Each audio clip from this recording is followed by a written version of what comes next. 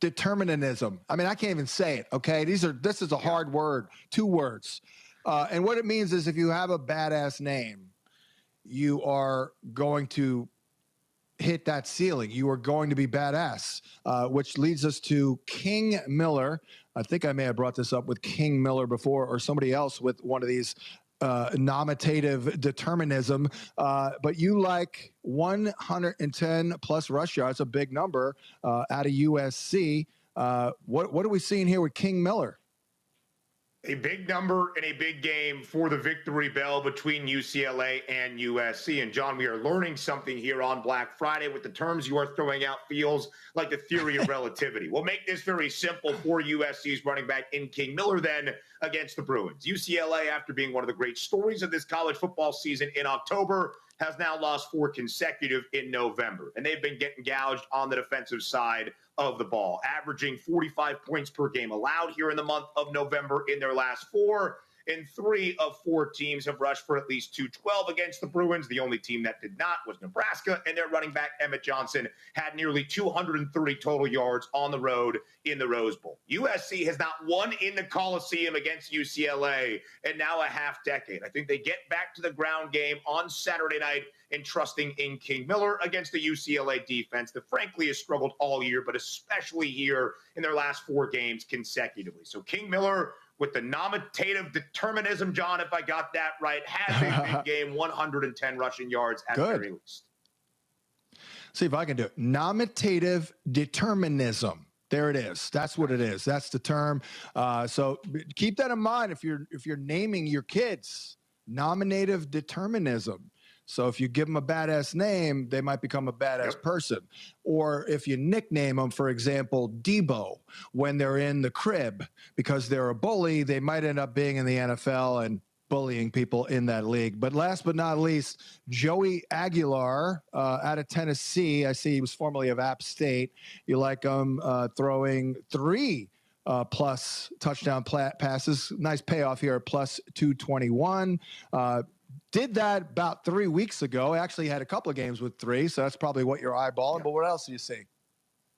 Yeah, 4 of 7 for Tennessee and SEC play. Joey Aguilar has had at least 3 passing touchdowns, and 2 of the 3 against the ranked foe in SEC play. Oklahoma and Georgia. Joey Aguilar had at least 3 passing touchdowns. They are trying to knock off Vandy at home, the market favoring the Vols on Rocky Top as the Doors are trying to pull an upset against their in-state foes for the first time in a very long time. Joey Aguilar right now, John, is the leading passer in the SEC, the only guy entering Week 14, our final weekend of the regular season, with more than 3,000 passing yards. Vandy has played 2 other quarterbacks in the top 5, Arch Manning of Texas and Ty Simpson of Alabama. Both of those QBs, Arch had 328 through the air, Simpson had 340 through the air, Simpson 2 passing touchdowns, Arch had 3. Vandy has been getting exposed in the secondary by the quarterbacks and the offenses that can move it and how they want to dictate their offensive scheme led by the passing attack. I expect Joey Aguilar to have a big game tomorrow on Rocky Top against Vanderbilt. And John, if it's 2 plus touchdowns at minus 176, the juice a little pricey for my blood. We'll take the 3 plus with a big plus money payout for Joey Aguilar, Tennessee's quarterback tomorrow in the in-state rivalry. All right, great stuff there. And they're not straight up plays here because like you just mentioned, but let's hope for 3-1 because I've had a couple like 5-5 weeks. There's nothing worse than that. Well, actually there is 0-10. That's definitely worse, but good luck with all the plays. Once again, happy holidays. We'll follow you on the X Machine at Ben Scott Stevens, and check out Ben co-hosting Live Bet Saturday right here on VSiN. My official picks on the other side. I've got more props for Sunday's action, but first, if you think you know sports, start getting paid for it with Better Picks, the daily fantasy sports app where your sports knowledge turns into cash. Sign up today and get a free $10, no deposit needed. When you do deposit, you'll get a 50% deposit match up to $200. Download Better in the App Store or Google Play. Head to better.app. Use the promo code VSiN for your free $10 and your deposit bonus today. I've got a bunch of props for Sunday, but I'll also reiterate the 4 props I'm in on today's game here on this Friday edition of Prop Points on VSiN.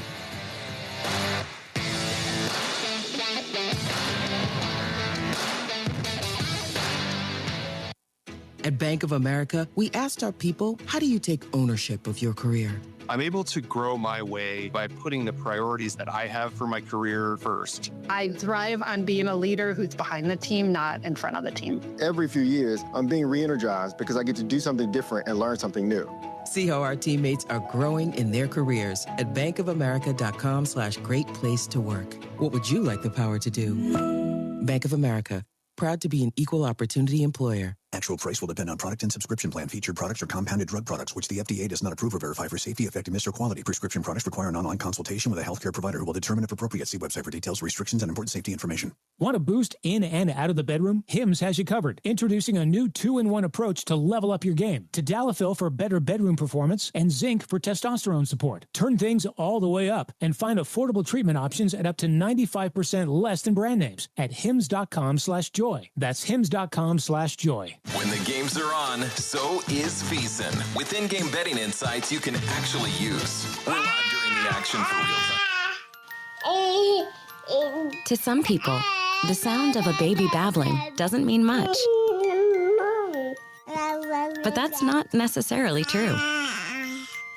By 6 months, they're combining vowels and consonants. By 9 months, they're trying out different kinds of sounds. And by 12 months, their babbling is beginning to take on some meaning. Especially if there's no babbling at all. Little to no babbling by 12 months or later is just one of the possible signs of autism in children.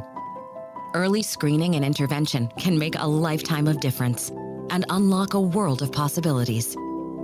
Take the first step at autismspeaks.org. A public service announcement brought to you by Autism Speaks and the Ad Council. The following is made possible by Dad. Why was the basketball court all wet? Because the players kept dribbling all over it. The dad joke. Corny, grown-worthy, but also one of the simplest ways to share a moment with your kids. Why do you have to be careful when it's raining cats and dogs? Because you might step in a poodle. And kids that spend more time with their dads grow up to be smarter, more successful. Can I tell you a cat joke? Just kidding. And with any luck, funnier adults. Why didn't the skeleton go to the dance? Because he didn't have any body to go with. Dad jokes rule. So take a moment to make a moment and give your kid a laugh. It's as easy as going to fatherhood.gov. Brought to you by the U.S. Department of Health and Human Services and the Ad Council. That's really funny. What I know about courage, I learned from my adoptive mom. She said sometimes you just gotta hold on and know we'll get through this. Mom, we are so high up. Hold my hand. No, you hold my hand. Here we go. Learn about adopting a teen from foster care. You can't imagine the reward. Visit adoptuskids.org to find out more. I learned patience from my adoptive dad. All he had to say was, "Hey, you got this. Just breathe." Hey, we're pretty good. Yeah. Might have to start a band. I got it. Learn about adopting a teen from foster care. You can't imagine the reward. Visit adoptuskids.org to find out more. This message is brought to you by Adopt US Kids, the U.S. Department of Health and Human Services, and the Ad Council. You're listening to Western Reserve Radio at westernreserveradio.com on the Live 365 network and the Live 365 app. Alrighty, welcome to the final segment of this Friday edition of Prop Points here on VEASAN, this Black Friday special edition. It's special because we have a game kicking off in about an hour and 15 minutes. Real quick, here are 4 props that I'm officially in on for today's game as the Philadelphia Eagles host the Chicago Bears. Devontae Smith over 50.5 receiving yards. I got in on that at Fanatics. I know it's kind of crappier odds, but I feel really good about it. I'm not putting out something with these kind of so-so odds unless I feel really good. And, hey, we're losing props by a yard left and right over here. So every yard means something, but a lot of good schematics here. It's a better schematic matchup than A.J. Brown. It's a better individual matchup than A.J. Brown. And Devontae Smith usually comes through for us. The Andre Swift, we're thinking it's kind of over for him as far as playing overs on rushing props. This is not a rushing prop. This is a receiving prop that I'm in on. 10.5. I mean, it's not that much to ask. Philly's tough to run on. They defend the zone runs that Swift excels on very well. So I think to get him in space, they're going to have to throw him a couple of balls here. And over the last 5 weeks, they give up the 8th most schedule-adjusted fantasy points per game to running backs in the passing game only. So I like Swift to at least get 11 yards today. Rome Odunze, I know he pinched us a little bit last week, losing a prop by 1 yard. But the number's good here at 47.5. I think he'll see, based on alignment numbers, a lot more of a Dory Jackson. And that's what you want. That's what happened with George Pickens last week. In large part, he crushed them for 146 yards. Dallas Goedert over 3.5 receptions. Again, I would like to do the yardage one because it's better odds, but these yards are so hard to come by, a lot harder than the catches, for God's sakes. So I think he'll catch 4 balls today, barring injury, because they'll be avoiding Jalen Johnson on the outside against A.J. Brown. All right, here we go. I have 9 props for Sunday, including a best bet. We are 8-3, I believe, is the record. Is that right? Maybe it's 9-3. On best bets. I believe that's what it is, 9-3. So we'll pop that out at the very end of the program. But first up, I'm going to go, look, when in doubt, let's just play all George Kittle overs, okay? Until he doesn't hit it, let's just do it. The Browns deploy single high looks at the second highest rate in the NFL. George Kittle easily leads the Niners in target share against single high, and he gets a 39% boost to his targets per route run against the shell, and a 35% boost to his yards per route run. Among 53 qualifying tight ends, his 0.32 targets per route run against single high easily leads the position. His first 2 games back, his average separation score over at Fantasy Points Data, aka his ass, was very negative, like mine, 0.056. However, that was the 8th worst among 92 qualifying tight ends. Since he's been heating up a little bit, the last 3 games, unbelievable ass. Average separation score, it's up to 0.49, a top 30 mark. And for what it's worth, Christian McCaffrey's target share against single high plummets 19%. So this should be a Kittle game. Ken Walker, they're going to crush the Vikings. They're going to kill them. 65.5. Seahawks are the second most run-heavy team. They face a Viking defense that is a top 4 run funnel. Walker last week setting season highs in carry share and snap share. Always good to know. Minnesota gives up the 8th most rushing yards per game. And the 9th fewest receiving yards, for what it's worth. They have been hit for 20-plus carries by an individual running back in 3 straight games. And if Ken Walker makes it 4, lock it in. It's a win. They are also, Minnesota, worse against the zone runs that Walker excels on than the man gap runs that he doesn't necessarily excel on. So a good schematic setup here for Ken Walker. Speaking of good schematic setups, we won a Puka over last week. Actually, we didn't do it on this show. I did it over at fantasypoints.com. It did win. And I'm going back to this well, 88.5. The Rams have the very high expected total in the game, 27.7. The Panthers run cover 3 consistently at a top 3 clip, and that means great things for Puka Nacua. He averages league high marks in yards per route run and targets per route run against cover 3, seeing a 29% boost and a 28% boost to his yards per route run and his targets per route run. Meanwhile, Devontae Adams sees a 14% drop to his targets per route run against cover 3. Last week, by the way, Puka's routes and snaps were up because they weren't going with as much heavy personnel because Tyler Higbee got hurt. By the way, across 6 games this year in which the Rams have faced cover 3 at least 35% of the time, which they will on Sunday, Puka is averaging over 20 DraftKings fantasy points per game. So he should crush. And then also crushing. It should be Cortland Sutton, the clock here. We're going to go over 50.5 receiving yards. Not a bad odds here at minus 113 over on DraftKings. DC, it's a good schematic matchup for Cortland Sutton. They run cover 3 and cover 1 at a 52% clip. Cover 1 is man-to-man. That's good for Bo Nix, and it's good for Cortland Sutton. The Commanders give up the third most yards per target at 10 to outside receivers, third most yards per reception at 15 to outside receivers. He'll see a lot of Mike Sanders still, who is giving up the second most fantasy points per route run among 90-plus corners on the board this week. Now, I think Sanders still is actually pretty good, but they're asking him to do way too much. He should probably be their slot corner. He's playing outside. So I like Cortland Sutton come on. Got to get to 51 darn yards in this one. I'm going to go in next on Harold Fannin, over 35.5. The Niners have allowed by far the most schedule-adjusted fantasy points per game to slot receivers over both the whole season and also the last 5 games. Harold Fannin has run the most routes from the slot of any Browns player over the last 5 weeks since the new offensive coordinator took over the play calling, or since the OC took over the play calling. He's got 4+ grabs in 6 of his last 7 games.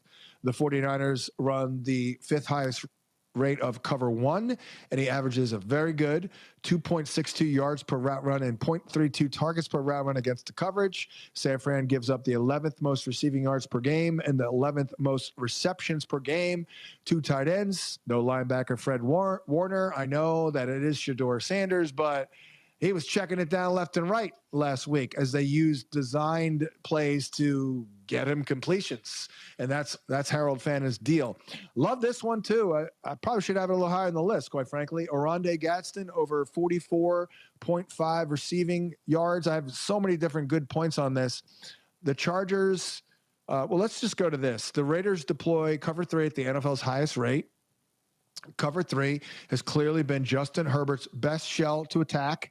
He ranks top 7 in fantasy points per dropback against it.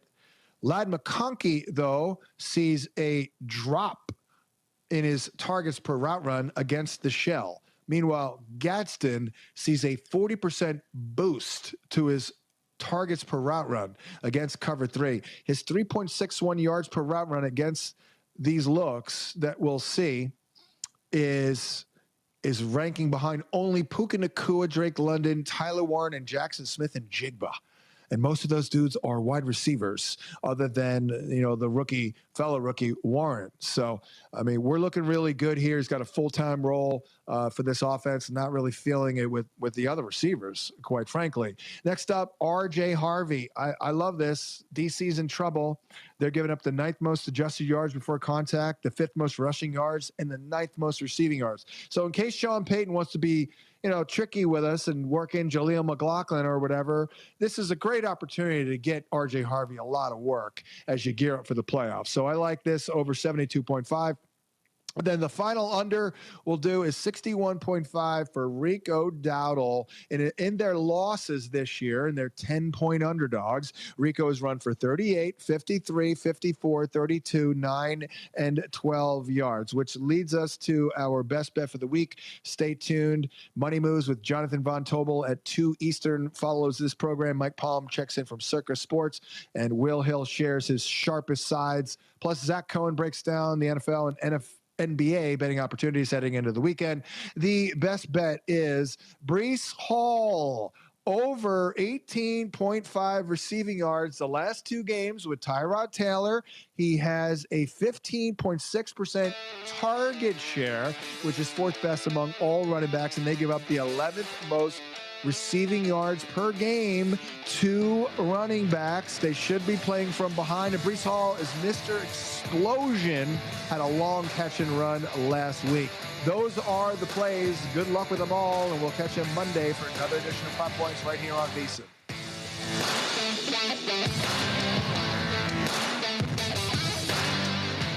Hey, I'm Mike Slater. My dad passed away at the age of 63. It's out of nowhere. Had a stroke. Super hard, obviously, for the whole family, but my dad had life insurance. This is why I have life insurance for my family, for my wife and 4 kids. And the best place to get life insurance is ethos.com, because you can do it in 10 minutes. And there's no medical exam and no blood test, just a few health questions. Get life insurance in 10 minutes so your family is protected. Ethos, E-T-H-O-S, ethos.com/Mike. Whether it's morning routines or weekends on the sidelines, when the temperature drops, America brings the heat with Hot Hands. Hot Hands are America's favorite hand, toe, neck, and even body warmers to help you stay warm and cozy from head to toe. Hot Hands are fast-acting, long-lasting, and made right here in the USA. Look for the Hot Hands logo in the bright orange packages at your favorite store or online. Keep doing what you love out there with Hot Hands, warming up America coast to coast. In sports, timing is everything, and your moment is now with VEASAN. If you're a business owner, advertiser, or media buyer, VEASAN connects your... Okay, men, this is your time. Maybe you didn't choose this, but you're here now. You're gonna go out there and be an all-star caregiver. It's up to you. So what are you gonna do? You're gonna go grocery shopping, cook, clean, be there emotionally and physically. You gotta dig deeper. Drive them to physical therapy, doctor's appointments. Don't you forget about the pharmacy. I know you won't, because that's what caregivers do. Don't give up. Don't ever give up. This is your time to show the world, your family, and yourself that you're tougher than tough. Now go out there and be the best caregiver this world has ever seen. Caregiving is tougher than tough. Find the care guides you need at aarp.org/caregiving. A public service announcement brought to you by AARP and the Ad Council. Hi, I'm Danica Patrick and proud aunt. Watching my nieces grow, play, and learn is amazing. But not every child gets to be carefree. 1 in 6 kids in the U.S. are hungry. 1 in 6. That little girl sitting alone at the playground, she can't play like the other kids. She doesn't have the energy because she's hungry. School lunch will be her only meal today. It breaks my heart that this is the reality in our country, but it's something that Feeding America is working to change. Each year, the Feeding America network of food banks rescues billions of pounds of good food that would have gone to waste. This food is then provided to families and children in need. Being a kid should be about using your imagination, learning, and having fun. These children shouldn't have to miss out on simply being a kid because they're hungry. To find out how you can help end childhood hunger in your community, visit feedingamerica.org. Brought to you by Feeding America and the Ad Council. If I could be you. And you could be me for just 1 hour. If you could find a way. To get inside each other's mind. Walk a mile in my shoes. Walk a mile in my shoes. Walk a mile in my shoes. We've all felt left out. And for some, that feeling lasts more than a moment. We can change that. Learn how at belongingbeginswithus.org. Brought to you by the Ad Council. Walk a mile in my shoes.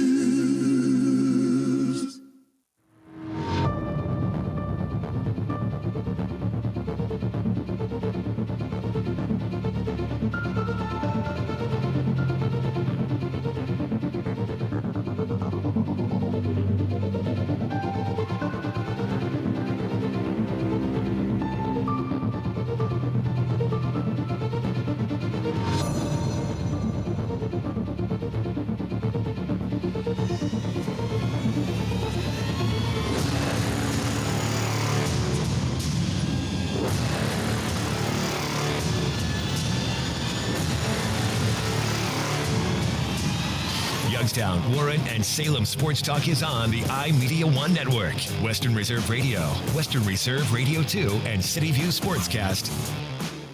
Are you ready to join the legacy? This is your chance to become part of something special with the Youngstown Patricians. Honoring the proud football tradition of the Valley, we're on the lookout for talented post-high school athletes who want to make their mark on the field. Whether you're a seasoned high school athlete, college, or former professional player, develop your skills and become part of a team that values hard work, dedication, and community spirit. Don't wait. Begin your path to the gridiron by visiting youngstownpat.com or contacting us on Facebook at the Youngstown Patricians. Be bold, be legendary, join the Youngstown Patricians today. Nina's Pierogi House is your home for the area's best variety of pierogies. Daily specials include the Polish platter, the Hungarian platter, stuffed cabbage, and halushki. Having a last-minute get-together? Lena's has you covered with a wide variety of frozen take-home pierogies and dumplings. Go to Facebook at Lena's Pierogi House to see the weekly lineup of available flavors for dine-in or carry-out. Catch the best at Lena's Monday from 10 a.m. to 4 p.m. and Tuesday through Friday from 10 a.m. to 8 p.m. 20 North Main Street in Hubbard, or call 234-254-8532. During the fall and winter, grilling season never ends, and Gessler Propane is your local supplier that makes sure you get your hard-earned money's worth. Why go to gas exchanges to pay higher prices for tanks not filled to capacity? Gessler Propane makes sure you're prepared for year-round grilling with 100% filled tanks at a reasonable cost. See Bob Monday through Friday, 10 to 4, and Saturday, 9 to 3 at Gessler Propane, 702 Youngstown Poland Road, Struthers, or call 330-755-9119. Gessler Propane. They got gas. Are you tired of switching apps just to catch your favorite shows and live events? Say hello to the iMedia1 Network app, your one-stop destination for streaming and everything that matters. From national sports to exclusive local content, Western Reserve Radio, Western Reserve Radio 2, and City View Sportscast are now all in one place, anytime, anywhere. Download the free iMedia1 Network app on iOS and Android and unlock the future of sports audio in the palm of your hand. The iMedia1 Network, your sports app in the Valley. It's time to kick back and listen to the Sports Page with your host, Pat Lucia, right here on Western Reserve Radio. You can call the show at 330-707-4202 and tell everyone what's on your mind in the wonderful world of sports. Now, here's your host, Pat Lucia.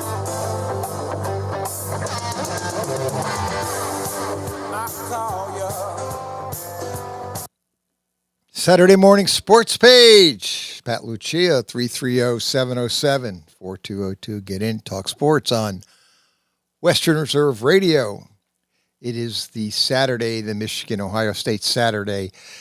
Talk about that game. Talk about what happened Thursday night with the NFL. Last night, big win for Texas. They absolutely pretty much dominated Texas A&M. Maybe that's a little strong, dominated, but get the idea that Texas basically did what they needed to do. They won 27-17. Arch Manning looked pretty good overall. What does it mean? Does Texas make their case to get into the Final 12? Have to look at that and see how it maps out. Does the loss hurt Texas A&M and maybe take them out of the first round bye? We'll see. They'll obviously have to play in the SEC championship. It looks like, I'm assuming here, they will play Georgia. So maybe the winner of that gets the bye and the loser of that conference championship gets bounced out. Have to see with Ohio State, though, today. All those Buckeye fans seeing whether or not they can finally get over the hump and beat Michigan. Ryan Day is 1-4 against Michigan, has lost 4 in a row. And now Buckeye fans are obviously chomping at the bit. I think there's a couple Buckeye fans out there that say that if Ryan Day does not beat Michigan today, they ought to fire him. Like that's going to happen. So we'll break that down a little bit. Like I said, it's a big weekend for college and pro. And then after Thursday night, and the Friday game, Dave Clark, I get news. I want to know what is going on in the NFL with these teams. I was absolutely astounded. I actually, and this is going to be one for the record, Dave Clark, I got the games right. I got them all right. I set a personal record this year. I actually got all of the games right. I picked them. I took the team that was getting the points. I stopped trying to analyze this crap. I said, you know what? I'm going to pick all the teams that get the points, thinking the games are going to be a close game. I'll take the underdogs. Packers get the points. Cowboys got points. They were home. The Ravens giving up a slew of points, 7 and a hook. And the Bears were getting a touchdown yesterday.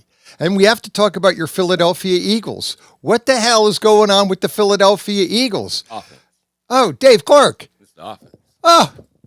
Not the team, the offense. It's offense. They better be glad that Jalen Carter and them is really keeping their cool because they like the Cleveland Browns when it comes to Jekyll and Hyde. If that defense will go get upset, they could, and it'll be a revolt in the locker room. Because I watched that game closely. The defense played well.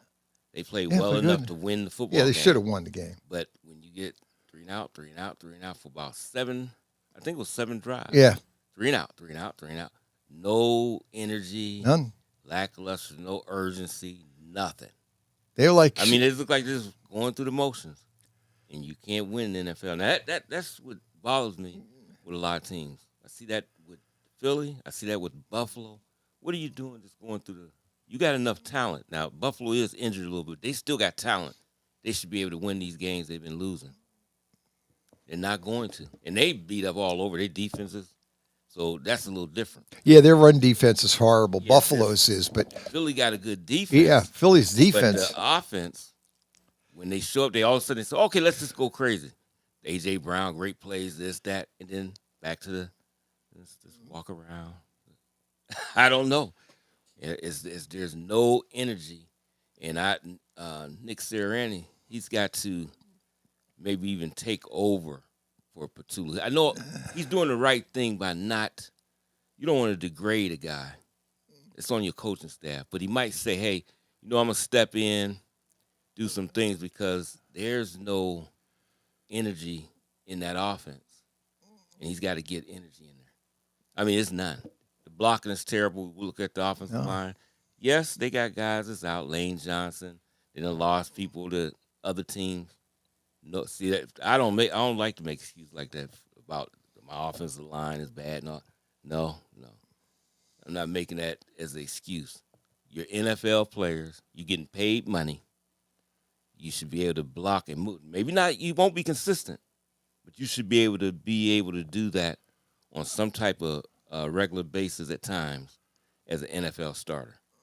They don't do that, and that's why you'll never hear me say, "Well, the reason my team is terrible, the offensive line, blah." No, you're in the NFL. You're not playing with backups. That's the guys they got. And then you get an injury, yes, but other than that, that's the guys that's your starters. Get them to play as a link, one union, and you can be able to win in the NFL. But they're not playing that way. Defense, I don't have nothing to say to them. Even if they get beat for a touchdown, nothing to say because you're out there too long. So you're keeping the teams not to score a lot. So it's enough. You got enough offense that you can score enough and win. Nope. No excuses for them. Well, the fans are getting upset. Well, they can always. That's Philly. They can be 9-0, and they're still upset. Right, yeah, if something ain't going, don't look right like it should. That's how they're gonna be. Philly, New York, Chicago, those type of places. No, they don't look for that little nonsense stuff. The fans will go crazy, but that's why I don't pay attention to fans. Fans, I understand they supposed to have some input. But do they know what's going on inside of a locker room? What's going on inside that locker room? There's something going on. There's something going on for sure. Well, you're right. The three and out. The fans are getting crazy. They're booing the team after every 3 and out now because they're fed up. They went Petula out, but that's not going to fix the problem. No. Right away. When they went up, when Chicago scored that touchdown to go up 24-9, we'll talk about Caleb Williams too. The fans were leaving that stadium in droves, man. Right, because they see how they was playing. They saw how they were playing. They saw 24-9, and they were like fleeing the stadium in droves. But I don't think the score had nothing to do with it. No, it was the way you can get back. That's 2 scores. That's right. 2 possessions. Well, but you don't. When you got a team, you see they fighting, you'll stay there and root for them. When you see a team that's dead on one side of the ball or dead in the water, yeah, you're done. Okay, now I know this is kind of a minor thing because they weren't going to win, but does Sirianni understand math? Does he Does he understand? Does he know? What you talking about going for? Well, no, yeah. I mean, you're okay. you're winning, you're losing 24-9. You're down 15, okay? You score the touchdown. Why don't you just kick the extra point so you're just down 8? Don't go for the 2 now. Wait. He goes for the 2, he doesn't make it. Then the game is it is over. Yeah, At least then it is. When you don't make the 2-point conversion, you got to kick it. And you make it, at least you're down by 8. Then you play, maybe get an outside kick, maybe a fumble. But that's here part of the new age. What is they call? Analytics. Those analytic idiots. I wouldn't go with that because you got to do 2. You know that. But I would do it at the last score. Yeah, wait. The one to that, the very last, because if you do it early and miss, you're now done. You're down 2 scores again. Right, you're down 2 scores. Yeah, so you don't do it then. I mean, I know it's on a minor note because they weren't going to win that game. You could just kind of. Well, you got to make an effort to make it look but you like you at least have to do the right thing, which is you score the touchdown, you kick, so you're only down by 8 points. Yeah, that's how you do it. That's how you do it. Then you go down, you're down 24-16. Then if you get an onside kick. Only thing I hate, that's the only part of the new kickoff rule. I hate that. Everything else, I like how I like the new kickoff, but I hate the outside I kick. wonder if they can design a way, because if you got to tell them, you have to tell them. That's the part I'm talking about. I hate. I'm going to tell you, hey, I'm going to do an onside kick. Okay. Now, it's how many things can I do with the ball? Right. I mean, you're going to be ready for it. I'm ready for now, it. we just seen some recovered this year, but not many. No, it don't. It doesn't happen hardly ever because a team going to be alert for the onside. What can you do trickery? I'm thinking nothing when you already tell me. Now, even though we would know if it was back to the old days that the onside kick is coming, you know it's coming, but still, it's just something about it. It's coming from a distance. The ball got a lot of time to do funny bounces. Not with this. You can't do it. I don't know what you do. Kick it straight up? No, because if it comes down and not in the landing area, that's a penalty, right? It's a penalty. Oh, well, no. So you can't even do it. See, they got to figure out something on that part. Yeah. For onside kicks, they got to take that not in the landing zone. They got to take that away. Yeah, they got to work on that. Yeah, they got to do something where the ball, the kicker got to be great, but hey, they get paid a lot of money too. Kick it in between. You know what I'm talking about? Where the players stand and let them go at it. It'd be a scrum. Let it be a scrum. Yeah. Do something. Make because it. That onside kick is irrelevant. Is irrelevant. Right. Yeah, just get that out of here. You're down. It's over. Unless they just do something stupid. I mean, something crazy had to happen. So, yeah, that's the only part I don't like. But, yeah, when I see them do that, I said, why are you going for 2 right now? Yeah. Even though I don't know if it's not enough time, but I mean anything can happen in NFL. And that ball bounces funny. Right, you never so give know. Your team a chance. Right, you do that, and immediately, if you watched on the bench, you've seen guys doing like this. I seen the defensive guy, seen Jalen Carter. Somebody just looked at one of his guys. What are they doing? You know, I'm sure they were wondering what are they doing? Because once that happened, it's over. It's over. You sealed your fate. Yeah. When you didn't get the 2-point conversion on the first try, and you didn't have to do that. Yeah. All you needed to do is kick the extra point. You're down by 1 score, 8. Then you turn around. Yeah, sometimes he does, and sometimes he doesn't use analytics, but he does it sometimes.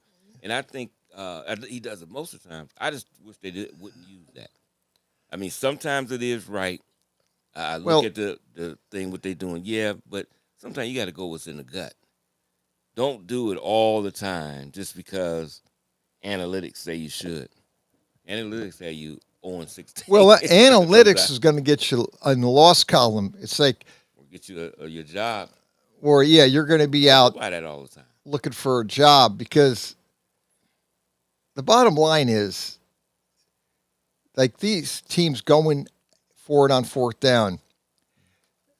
The Detroit Lions, you've cost yourself a couple games this year with going for it on 4th instead of kicking the field goals. And, you know, I just look at Dan Campbell. I really like Dan Campbell. I think he's done a lot there. But I don't think he go on analytics. I think he go. No, I just no he because that's who we are. Yeah, his he has nothing to do with analytics. No, he don't do that. Dan Campbell's like, we have 4 downs. That's who we are. Yeah. Only thing I'm if he wants to be that team, okay. He's calling the plays now. And if people watch, Detroit wasn't moving the ball a lot on offense. I mean, running the ball. No. So it was third. They had 3rd and 1. They went, just run the ball. Gibbs got tackled for a 2-yard loss. It was 4th and 3. I said, oh, man, Yep. they're probably going to punt. No, they're going for it. Okay. Maybe it's a little play action, roll them out, give them options. No, they gave it to Gibbs again, off tackle, and he got stopped. I said, what? Right. Why are you running He got right up in there? nothing. They're not getting anything all No. day. And you're doing that. That's that, what, and they did right. it twice. They did Yeah. that. Right up inside. What are you doing? I didn't understand Dan Campbell doing that. I didn't either. Not that running. I mean, at least gives options. Right. If you roll out, he can run, he can pass. He got some options. No options. Just hand it off to Gibbs. And they were waiting for him. Twice. That's the thing that got me. I was lost. They lose a game where they could have won. Exactly. They will lose a game that they really should, and they needed to win. And then I watched in the Eagles, same thing. They was losing. They scored a touchdown with a great adjustment by A.J. Brown to get that comeback in front of the defensive back, catch it, gets in the end zone. Energy, you feel it. They get the ball. Well, the thing that really broke that energy, they did good, is they got was it interception? Or something that happened, whatever. Right. And then they went for it. And no, they didn't will. This is just a 3rd down play. And they fumbled. Right. That did it right there. Yeah. That was the net. Then you've seen everything go out. But you can't play sputter football. That's what they play. We're good for about 3 minutes here. Yeah. Nah, 8, 12 minutes. We're terrible. No. Okay, 5 minutes we'll play here. Pick it up. And then that's it. Can't win that. Now you're going to get some games because your defense is going to will you to a win, but you can't win the playoffs like that. You might get one playoff win and you're out after that. Can't do that. Well, the Lions and the Packers. The Lions really needed to win that game in a lot of different ways because they had lost to the Packers before, didn't they? Beginning of the season, they lost the first game in Green Bay, so it was Thanksgiving. No, that wasn't Michael Parsons. No, Micah didn't play in that game because he wasn't ready. He just got there, so he had not played in that game. However, he obviously played and played well. But I look at I look at the Bears. I mean, let's go to the Lions, Packers. Now, the Packers, to me, if Jordan Love is on, and he was Thursday, the Packers can compete for the title. They can win the NFC. The Packers can. If that offensive line plays like that. Yep. If that see him plays rocking on his back foot, right? The rush is always coming at him. Right. If Jordan Love gets the opportunity to throw, and he'd be right. He's been very good when he has time. Yep. And they have a good enough defense with Micah Parsons, a very good defense. They can compete for the NFC title. Yep. Right now, it looks like the Rams are the best team in the NFC. I thought the Eagles were, but I don't think so. I actually thought Seattle. Well, even though they lost to the Rams, but they came back. They're in the conversation. Yeah, yep. I don't have a lot of trust in Darnold, though. But I know from past. If I think of past, but if I look at what he's doing right now, to say, okay, if he can, nothing else, right? What he's doing, because they run the ball so much better than he was in Minnesota. He did have a great season, but they don't run the ball like Seattle does. No, Seattle can run. No, Seattle football, can run, and that makes it a lot better for him. And they can. And Green Bay's an interesting team. Now, I mean, the Lions could be out. They're 7-5. Well, they've got Dallas on Thursday night. That's a playoff game. That's a playoff game. Yeah. And then we've got it. You get to watching the Lions and the Packers winning, and then you go to the Chiefs and the Cowboys, and now all of a sudden you're looking at the Cowboys saying, this team is really dangerous, and I don't know if they continue to play the way they are. I don't want to play them in the playoffs because they're starting to hit on all cylinders. And both wide receivers, Pickens and Lamb, both of them are. And Lamb, CD he gets a case of the drops now and then. He could drive you crazy. Well, it seemed like he drops against Philly. Yeah. That's against Philly, he gets the drops. The drops. He don't do it against no, the other team. He didn't do it against Kansas City. They played really good. They beat Kansas City. So Dallas now goes to 6-5-1, and Kansas City's now 6-6. The Lions going back, they go to 7-4. The Packers go 8-3-1. I think aren't they 7-5, the Lions? Yeah, they're 7-5 now. Yeah, they were 7-4 going into Thursday's game. Yeah. The 31-24 loss to the Packers now puts them to 7-5. And now you're wondering, when you start looking at the landscape, and we love to do that this time of year, is you start looking at the playoff picture. And as of today, and it'll change, but as of right now, when you look at the playoff picture, the Detroit Lions are out. They are 8, and they're out right as of now. They are out. How many teams play? 7, right? 7. 7 teams go. The Detroit Lions are sitting at 8. The Cowboys are sitting at 9. They're a half a game behind the Lions. Now, they play one another Thursday on Prime, so that's going to be a must-watch game, because that could be ultimately, as you've coined it, a playoff game, an elimination game. Because I think it's more of an eliminator towards the Lions. Yeah, it is. Say that. Let's say they Dallas lose. They'd be 6-6-1. But let's say Philly lose. They'll be 8-5. And you still only a game and a half out with 3 or 4 games, 4 games left. So you still got an opportunity to win that division. You do. It's not off the table. If they lose. If the Eagles lose again. Yeah, they go to 8-5. And Dallas lose, but they could, the following week they win and Eagles still be repelling, they'd be right in it. They're in it. But if the Lions lose, they go to 7-6. I think they're done. No, because they're going to be close to being done. Right. Who's the next team? You can't look at Dallas is at 9, 6-5-1, and then the Carolina Panthers are 10 at 6-6. Okay, who's in front of Detroit right now, number 7? Who's in front of Detroit is the San Francisco 49ers at 8-4. See, that's what I'm talking about. There's the problem. They're 8-4. They right in front of them. Yep. Playing well. And you probably won't catch them. Plus, did they play this year? I'm so used to them playing sometime. But I don't think San Francisco and Detroit played this year, did they? I don't think so. I don't think they played each other. But I'm going to say you don't got no tiebreaker things set in there. But I think Detroit is all on them. I think the game is in Detroit too with the Cowboys, but it's all on them in that one. The pressure is on them. As of now, you're correct. They did not play San Francisco this year. Who are you going to catch in that division? San Fran, Seattle. Rams, no. That and lies your other problem in the NFC is if these teams continue.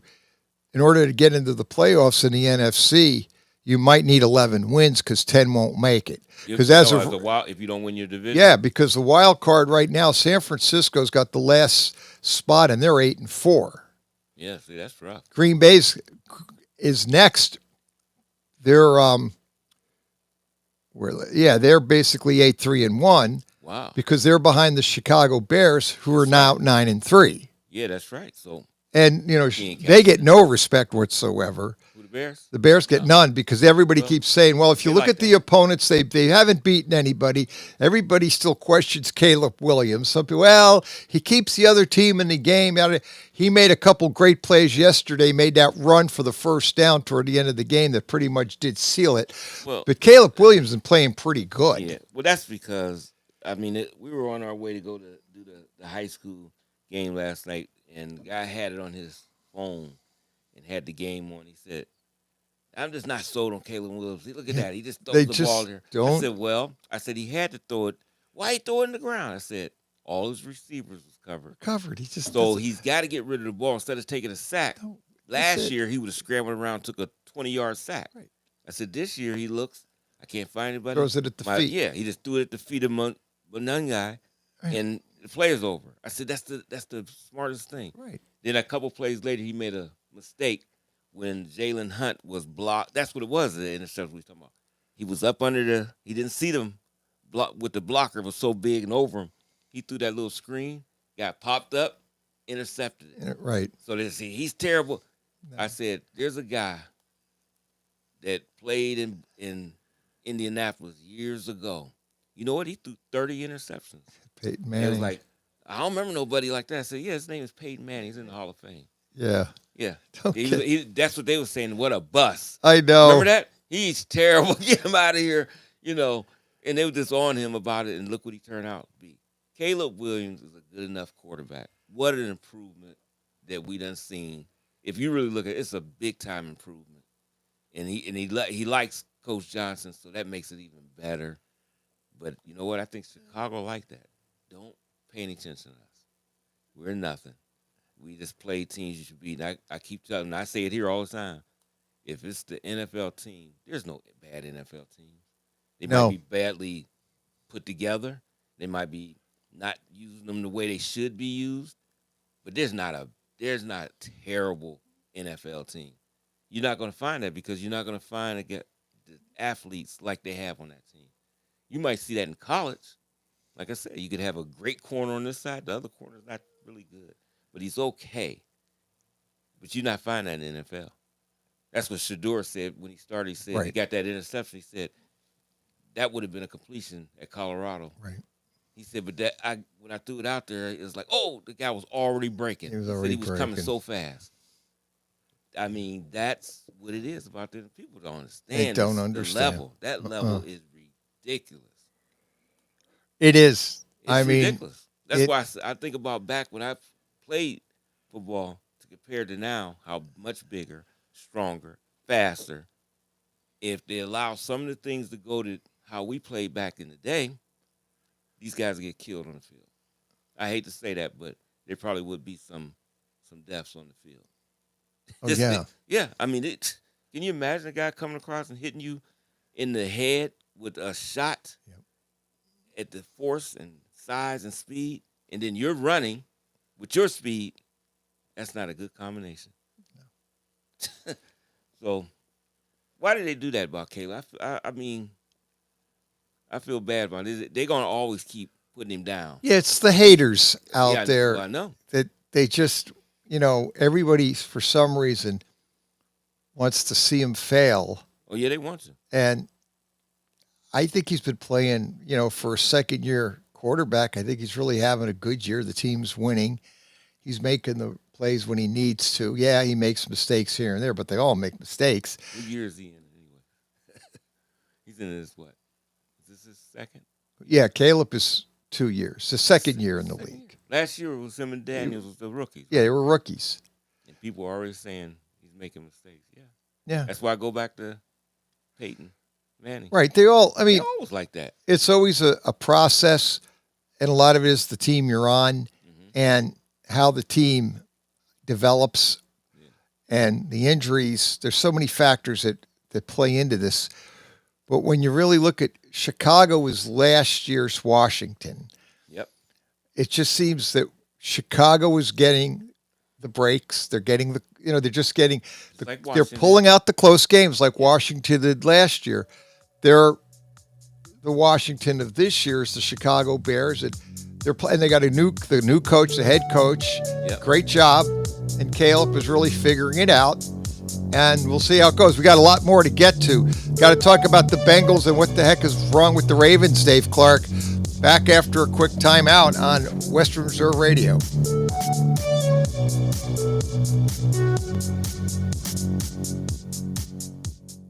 Western Reserve Radio is the Valley's online source for sports talk and local live events. Tune in and be a part of their live weekly shows, as well as all of the hard-hitting action of Youngstown Phantoms hockey, high school football, and the GDFL. Find them at westernreserveradio.com. Tune in and the Live 365 app to be a part of the area's sports conversation. Be sure to visit them on Facebook at Western Reserve Radio and on Twitter at WR_radio.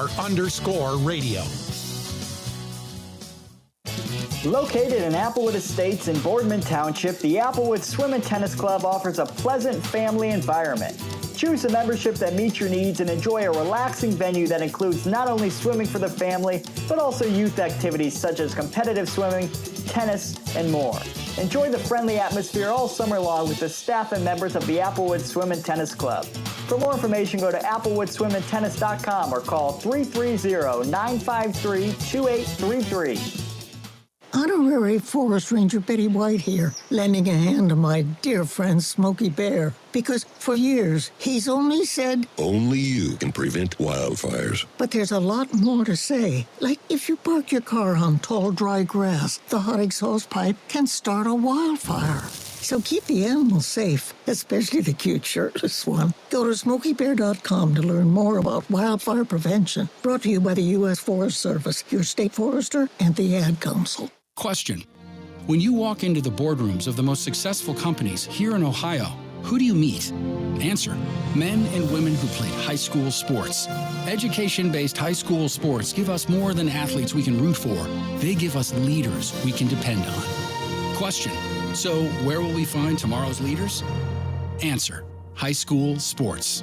This message presented by the Ohio High School Athletic Association and the Ohio Interscholastic Athletic Administrators Association.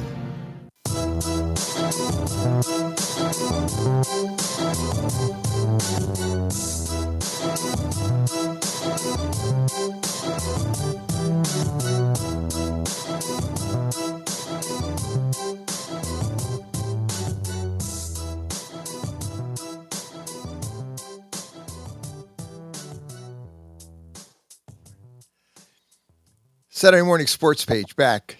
Pat Lucia, Dave Clark. Second quarter. We got overtime today and obviously get to the college playoffs. Irish Mike will give us a call and break that down. A lot going on in college for those that did not see the game. Texas won. Big win for Texas. Beat Texas A&M 27-17. What does it all mean? Well, it could mean maybe does Texas get in with 3 losses. We'll have to break it down and see where they're going to find where they land here, because you've got A&M now has the loss. I don't know if they'll move out, but they'll have to play, I believe, and I'm not 100% sure on it. I think they will play Georgia in the SEC final next week. Now, we'll talk more about that when Irish Mike gets in, because the Big Ten could be up for grab. And if Ohio State loses to Michigan, and it gets, because then Ohio State, I don't think, plays in the championship game. I think it would be Oregon. And Michigan, it needs to beat Ohio State to potentially get in. They could get in the 12-team playoff if they beat Ohio State, because they only have 2 losses, and they get into the mix, and that will really upset the apple cart, because then you're going to have these SEC teams all vying to get in. That'd help the Big Ten, actually. Right, it would. It would. It would help the Big Ten immensely. So we'll be looking at that, and obviously next week we'll have it kind of all figured out. Well, at least we'll have a lot of it more figured out as we roll through this week to see where these teams land. But if Ohio State beats Michigan, that would eliminate them. And the Buckeyes could eliminate Michigan. So not only are the Buckeyes playing for pride and to beat Michigan, because they haven't done it in 5 years, because they had COVID in 2020, they didn't play. And Ryan Day, there's people that want to fire Ryan Day if he doesn't beat Michigan, which isn't going to happen. But again, there's always that group out there that live and die on the Michigan game. And it doesn't really matter to the Buckeyes in the grand scheme of things, because they would probably still get a first-round bye if they lost to Michigan, because they were number 1. It was Indiana.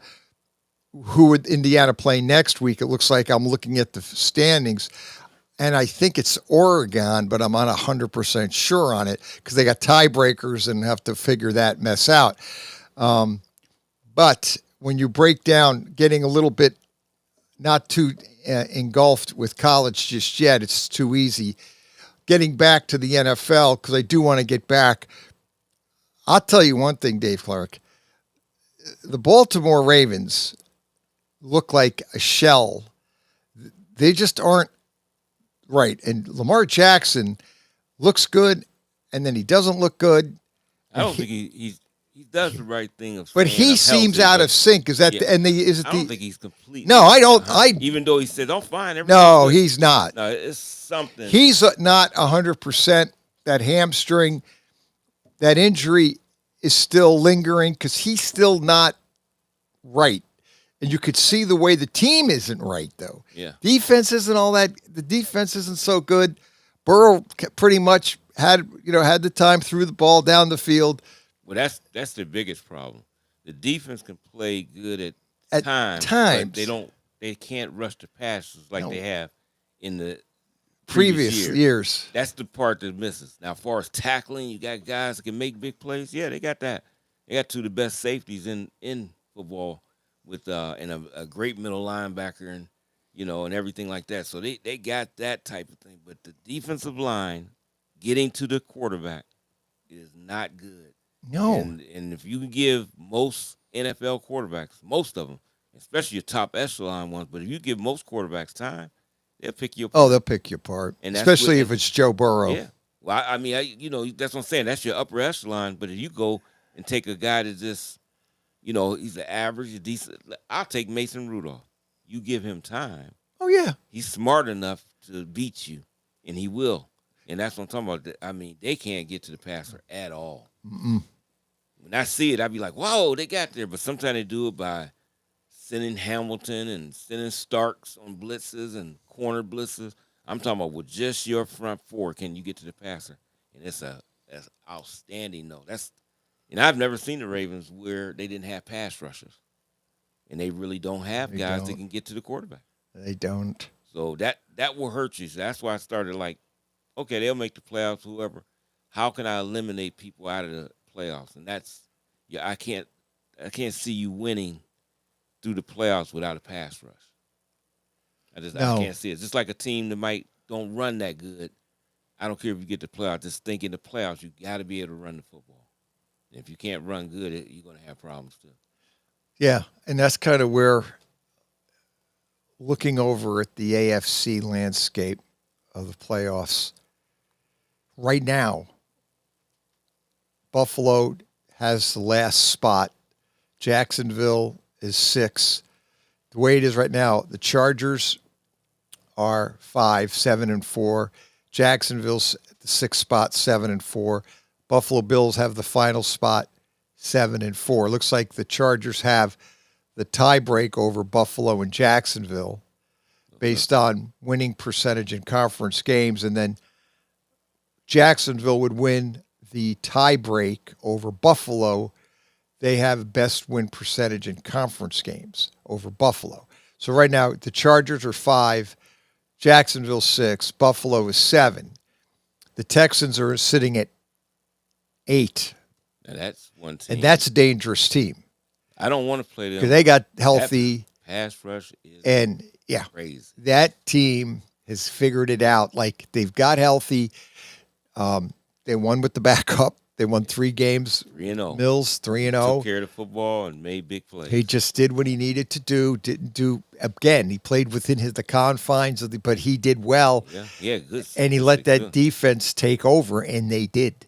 That Houston Texan defense has got to be, you don't want to play that team. Well, you know what I'm if you're in the playoffs, if that defense, it'll light you up. I mean, that is some defense. Yeah, I know. And I'm concerned about Daniel Jones this weekend because that's right. He's got the Texans at home. He's got a fibula that they said is slightly broken. Oh, man.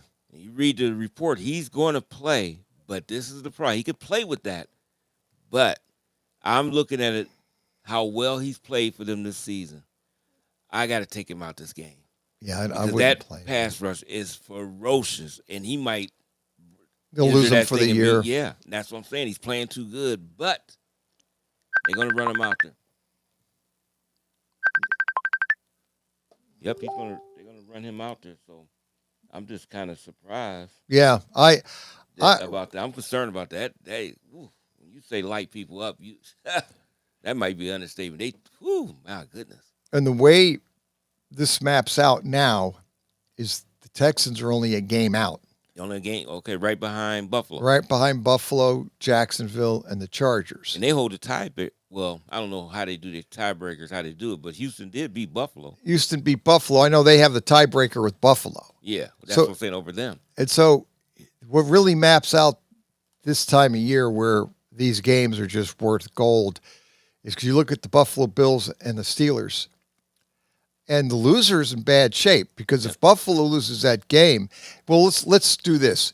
If Texans beat the Colts, that's going to be big because the Texans go to 7-5 and the Colts go to 8-4. And only now the Texans are only a game out of the Colts. Yeah. And then Jacksonville would actually, if they win, they would tie with the Colts if the Colts lose. Because then Jacksonville will go to 8-4 if they can win. Oh, that division. Woo. And so all of a sudden that division, and the Jags are at the Titans. So you got to figure Jacksonville should win. Now whether or not they cover, that's another story. We haven't been doing good this year with these games at all. But the point is, if Jacksonville wins and they do beat the Titans, you think they should, but nothing's guaranteed anymore. And Buffalo and the Colts lose to the Texans, now all of a sudden you've got the Texans only one game behind the Jacksonville Jags and the Colts, who are tied for first place. Mm-hmm. So now you're looking at the Texans thinking, and you think Houston, who started out 0-3, but then they kind of snap back. And I think a lot of this goes, and he doesn't get, you don't even, if I asked 10 people out there who's the Houston Texans coach, I bet 9 don't know. Yeah. And I think he's one of the best coaches in the league, Ryans. Yeah. D'Amico Ryans is a great coach, but he gets none. I mean, if he showed up, no one would know who he was, and they would definitely don't think this guy coaches the Texans. But he is. I mean, he's underrated. They talked about him before, but I think when they was doing good, really good, they look at he's a coach of the year candidate. But actually, I think this year is a better coaching job. I think than he back has. then, Yep. Because they got guys that were all banged up. You got guys you lost for the season. You had you had Mixon, who didn't come back this year at all. You lost Tank Dell. Yep. Your receiver for the entire season. You had all kind of injury problems. You got rid of Tunsil. Yeah, the offensive line was a shambles. Now you get all that, and you got this team playing like this. This is a better coaching job than back then. But if you took a picture or pulled up one, uploaded it, and sent it to somebody and said, "Who is that?" No one would know. Especially if you don't have anything on this, so they don't know who he is. No one knows who he is. I don't know who that is. I don't know. Or if you ask the name, who's the coach, and give him 15 seconds, just forget it. Now, here's where it can get really interesting. Let's take the Texans and the remaining schedule. Got at Indy this Sunday. Mm-hmm. Then next Sunday night, they've got at Kansas City. That's another playoff game.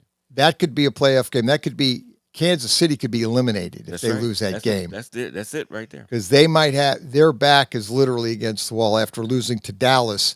They go to 6-5. And in that AFC, they're down. They're kind of down in a rabbit hole. And if they lose and go 6-7, or are they 6-6 now? Right? Now they're 6-6. They play Texans next week. Yeah. The Texans beat them. If the Texans beat Indy and Kansas City, I mean, they would be 8-5. And then Kansas City's out of it. And then now you've got then they have Arizona, Las Vegas. That's 2 wins. They should win those 2 games. They have the Chargers at the Chargers. That's iffy. That's iffy. Yeah. Then they have Indianapolis at home.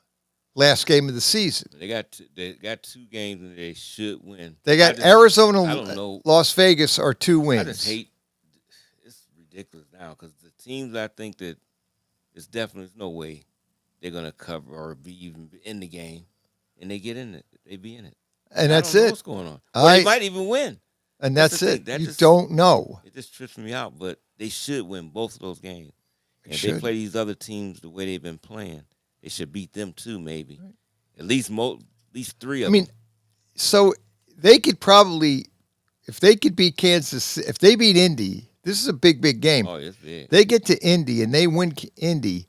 You figure they'll beat Arizona and Las Vegas, and then it's either Kansas City, Kansas City's the other team that isn't right. There's something, they just don't seem, Mahomes seems to be out of sync with the team. The defense isn't quite right. Well, I like how he's been playing. No, he's lately. playing all right. Him and Rice, they've been doing good, but the defense hasn't something. played that well. Yeah, I don't know what's going on with him. And, and now Dallas And I will say the defense. It's not the same rate. They lost 31-28. They gave up 31 points to Dallas, and Dallas kind of, fumbled the ball. They kind of tried to give it away a little bit, but times, yeah, they did. Dallas and Dak Prescott, and now all of a sudden, I don't know if you want to play Dallas because Dallas seems to be on a roll. They won 2 big games, and then again, we talked about Thursday, the Detroit game, but getting back to Houston, you've got a situation here with that AFC South where you thought was kind of being Indy was going to run away with it. I don't think, now you look at it and you go, hey, wait a minute. This is a whole different animal because now Jacksonville sits at 7-4. They're in second place. And a lot of it is if Indy loses again this week, it's pretty much up in the air. If you look at Jacksonville's remaining schedule quickly, they've got Tennessee, at Tennessee, Indy at home. Indy never wins in Jacksonville, ever. They just don't win down there. They have the Jets at home, at Denver, at the Colts, and Tennessee. Now, who is that? This is Jacksonville. Jacksonville's remaining games are basically at Tennessee this Sunday. Then next Sunday, it's the Colts at home. Then they have the Jets at home, at Denver, at Indy, Tennessee home.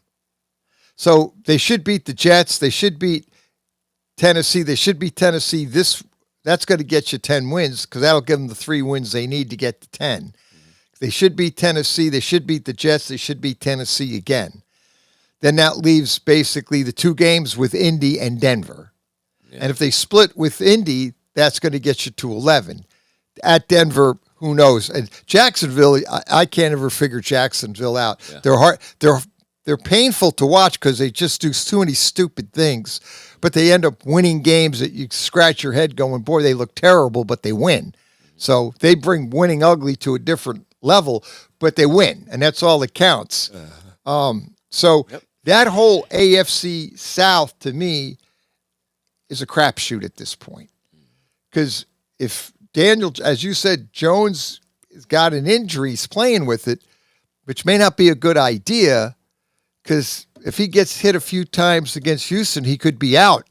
To the point, could he be out for the year? I don't know, but then then you got to go down and go, okay, who's their backup? That's another great Probably question. Anthony Richardson, I'm assuming. Yeah, it's our guy Anthony Richardson's your backup. Yeah. Then Anthony Richardson's got to come in and save the day. Yeah, he got to come and play. Now, that's the thing, coming off the bench, he might play better. Right. By watching all this time. It's slow down for him, and he'll be a lot maybe better. He's adjusted. We know he can. He got the arm. Oh, he's got the talent in the arm. Yeah.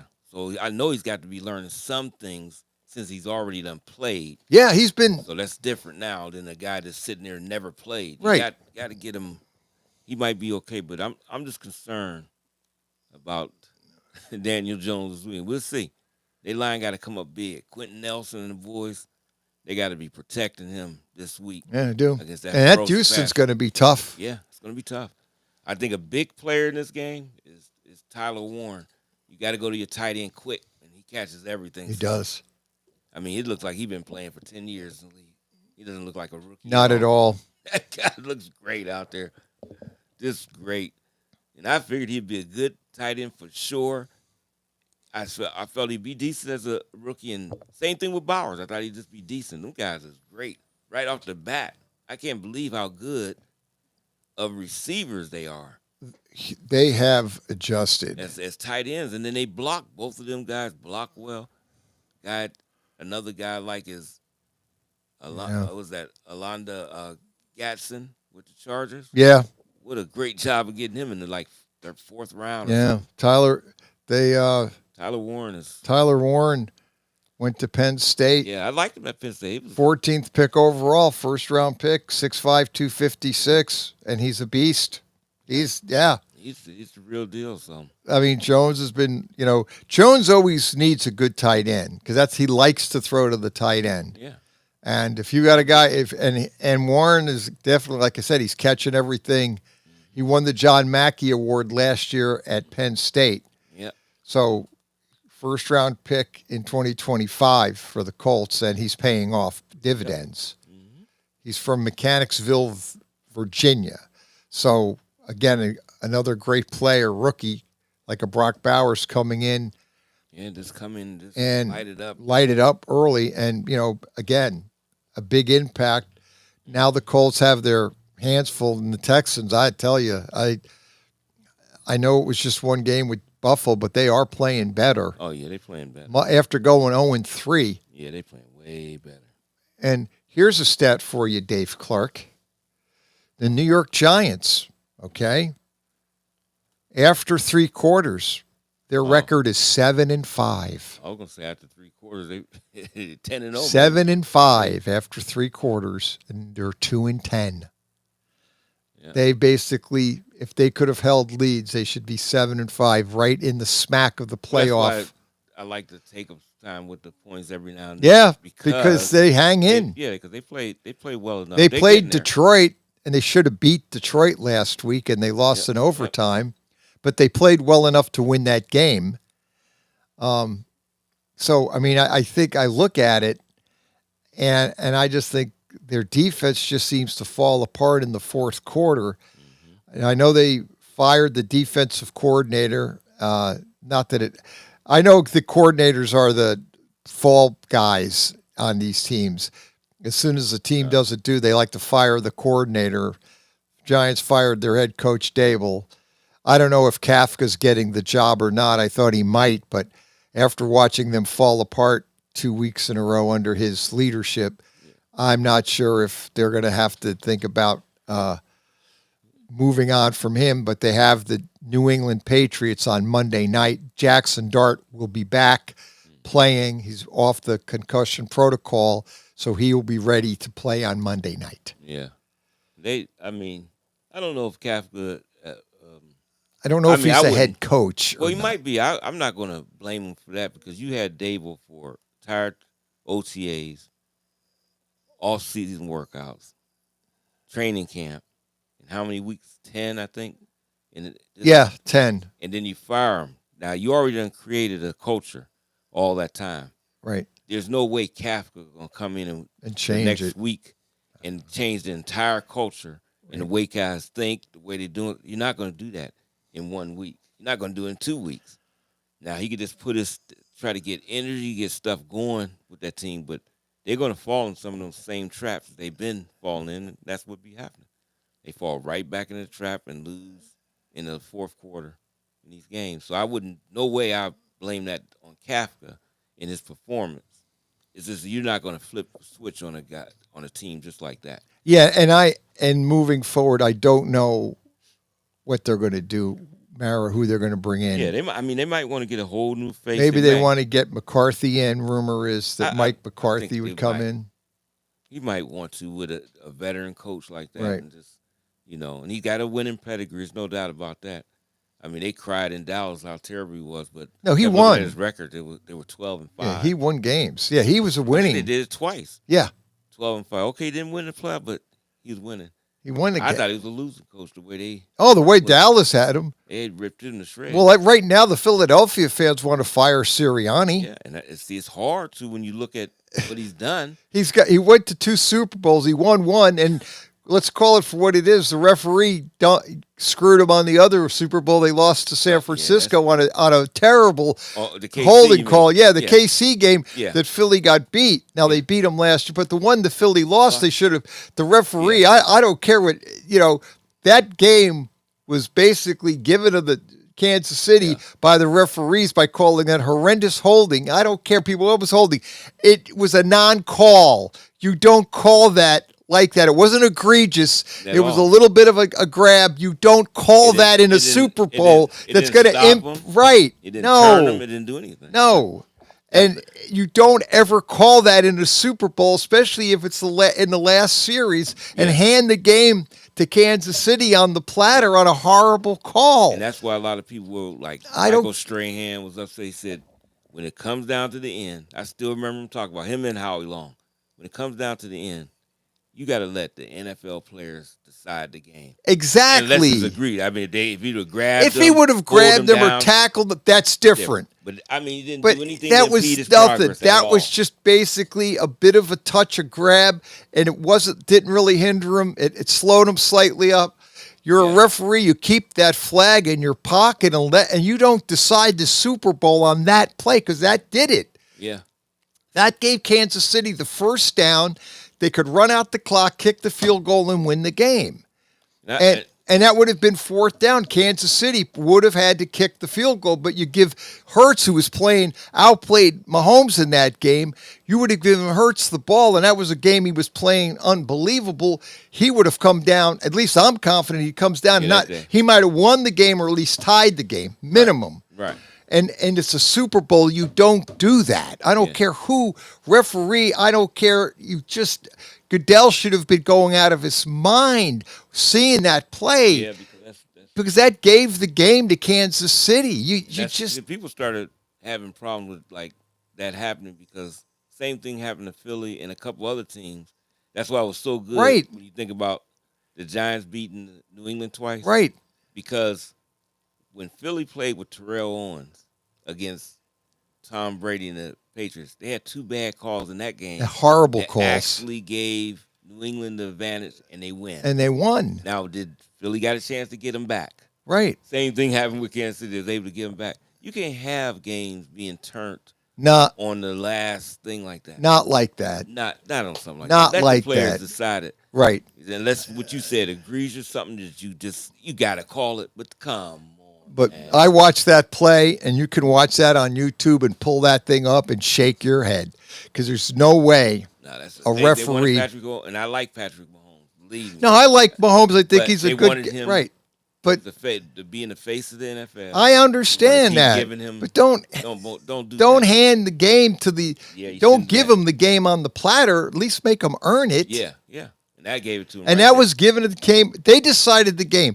And they did the same thing with the Rams and the Bengals. They did almost kind of the similar thing when they called a crappy holding call on the Bengals with the Rams, and it was like so bad, and it gave the Rams the first down. They scored, decided the Super Bowl. And it's like those referees, man. I don't like it when it's down. I don't like early in the game that might happen. Fine. Okay. Not but at the end. Not when it's unless it's egregious where you could see the guy grabs him and tugs the jersey and pulls him. Okay, but that call on Philly was just, to this day, I just sat there when they called that play. I was going, you can't do this. I mean, I was screaming and yelling at the TV. I'm not even a Philadelphia fan, but I was just saying I didn't want to see the game end that way. It was a good game or great game. It was very good. I didn't want to see a great game end like that. Yeah. Yep. You can't end the game on that kind of call. A crappy holding call that was just so bad. Yep. I remember a game also. It wasn't the fourth quarter, but it was late third. This going back. Yeah. Pittsburgh and the Rams. Vince Ferragamo. Oh gosh. A deep pass. They call offensive. And it wasn't. Saturday morning sports page halftime. We'll be back after a quick timeout. We go to 12 o'clock today. Lot to get to. Western Reserve Radio.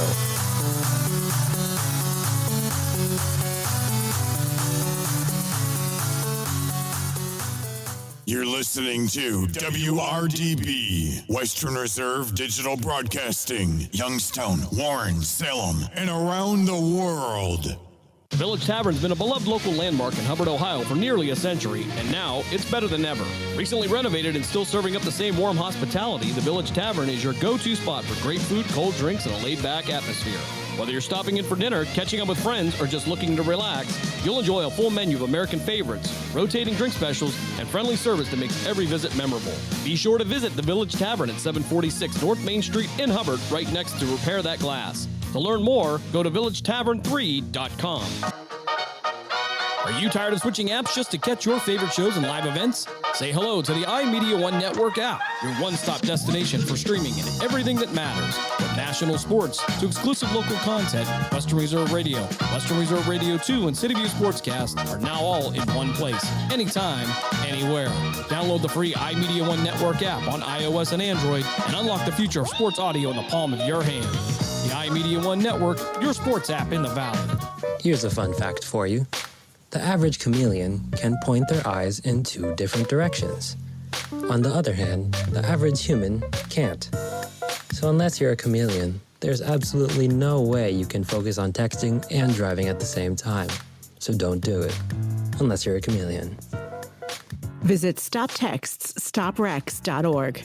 A message brought to you by the National Highway Traffic Safety Administration, Project Yellow Light, and the Ad Council. Are you ready to join the legacy? This is your chance to become part of something special with the Youngstown Patricians. Honoring the proud football tradition of the Valley, we're on the lookout for talented post-high school athletes who want to make their mark on the field. Whether you're a seasoned high school athlete, college, or former professional player, develop your skills and become part of a team that values hard work, dedication, and community spirit. Don't wait. Begin your path to the gridiron by visiting youngstownpat.com or contacting us on Facebook at the Youngstown Patricians. Be bold, be legendary, join the Youngstown Patricians today.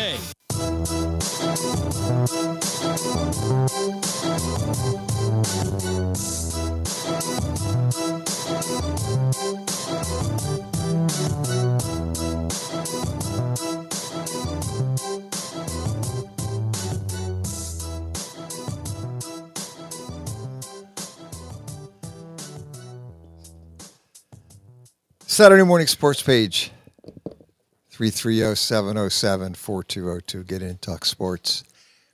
Do it every Saturday morning here. Here is Western Reserve Radio, Dave Clark. As we were digressing about the Super Bowl, I do go off on that. I'm I just sorry. ain't thinking about it. I do. Ferragamo pushing this team against the great steel curtain back Yep, in the day. back in 1980. But it looked like the Rams. Yep, I said the Rams might win this one. Yep, they might. They called some crazy offensive passer. Those people don't realize it, and I don't want to hear this thing. And I know the cliche is, well, you know, it shouldn't be the one call. Doesn't just, you know, we could have played better. You know, they always give the referees what I consider a break.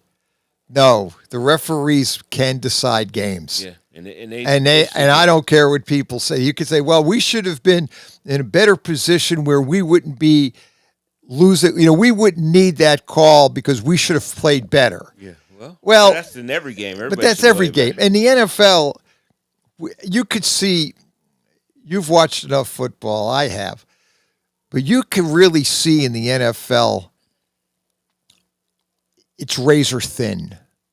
Winning and losing. Like, okay, I just brought this thing up with the New York Giants.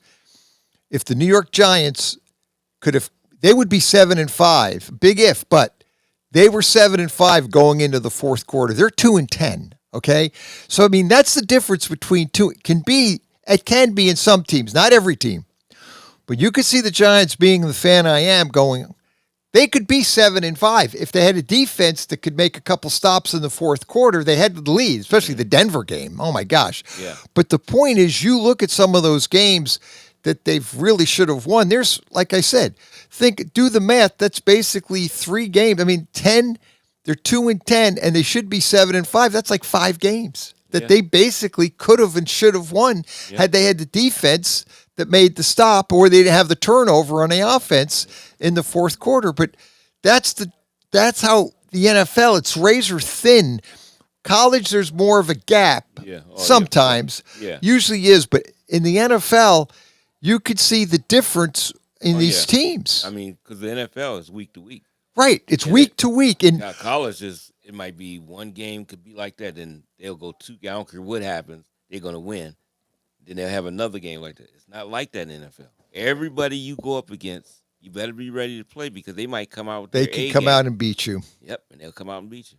And you see it here, like when you said, like when Houston started out 0-3 and people were writing them off. Oh, yeah, they were done. They were done. You know, there was something wrong with the team, the injuries, the coach, blah, blah, blah. The quarterback, everybody said Stroud, not that good a quarterback.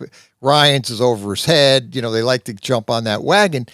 And it's just like, quietly and under, kind of under the proverbial radar, Houston's got that defense playing great. Mm-hmm. The offensive line, he's made adjustments on. And now Stroud will be back to play this week.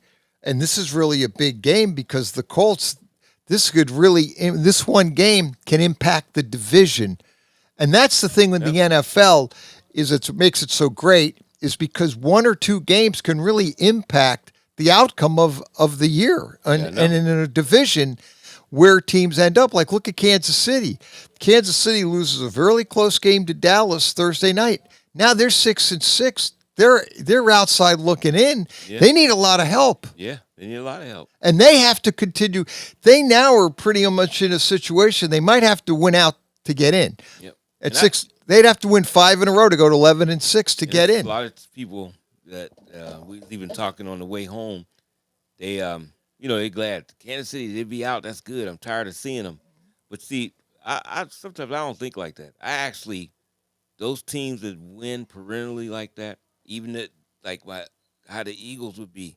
If I wasn't an Eagle fan, I would want to see them in the playoffs because that's where I want them to be beat at.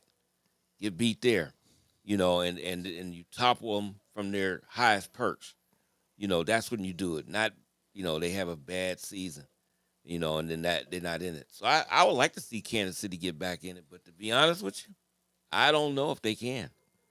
That's an uphill battle to get back in that division, and I think the Broncos might be ahead of them by 3 games. I think Denver has 9 wins right now, don't they? Yeah. So they're 3 games ahead at least. Yeah. Oh yeah. I think they got 9, and San Diego Chargers, as far as we concerned. Yeah, San Diego Chargers. I'm just calling them that. Are they 8-4? Are they 8-4 now? 7-4. I believe the Bolts are 7-4. Yeah, because they got to play this. Yeah, they play. The Bolts are basically 7-4. Okay. Well, Kansas City got a chance to get at them if they lose this week. Yeah, 7-4. Yeah, they go in today. They're 7-4. Okay. Who the heck? Just trying to figure out. Oh, they play the Raiders. See, so. And usually they have a Raiders tussle. I don't know why they do all the time. Yeah, Raiders. Where's the game at? Because it's always a tussle. San Diego. They're playing in the. Well, you know what? It's they're not. They're playing in the big gazebo, which could different. Doesn't right. That doesn't matter because the Bolts have no fans. Yeah, there used to be something playing in old Chargers Stadium, playing at Oakland Alameda. It was something about I don't care how good the teams was. They get beat, either one of them. If the Raiders was good, San Diego will come in there and destroy them. So I don't know what happened, but that's how close Kansas City needs a lot of help. And if any of these teams step up and knock, the Chargers back, then they may have an opportunity to move up in there. But it's still a steep hill to go. It really is. Be 500 this late in the season. I'm with you. I think they got to go 5-0. Yeah. So we'll see what happens. We'll see what happens. Yeah. It's good now. Yep, that sounds good now. Yeah, that's better. I want to segue kind of into high school football. I know we don't do a lot, but a lot of interesting games last night in Ohio. They're getting to the final games.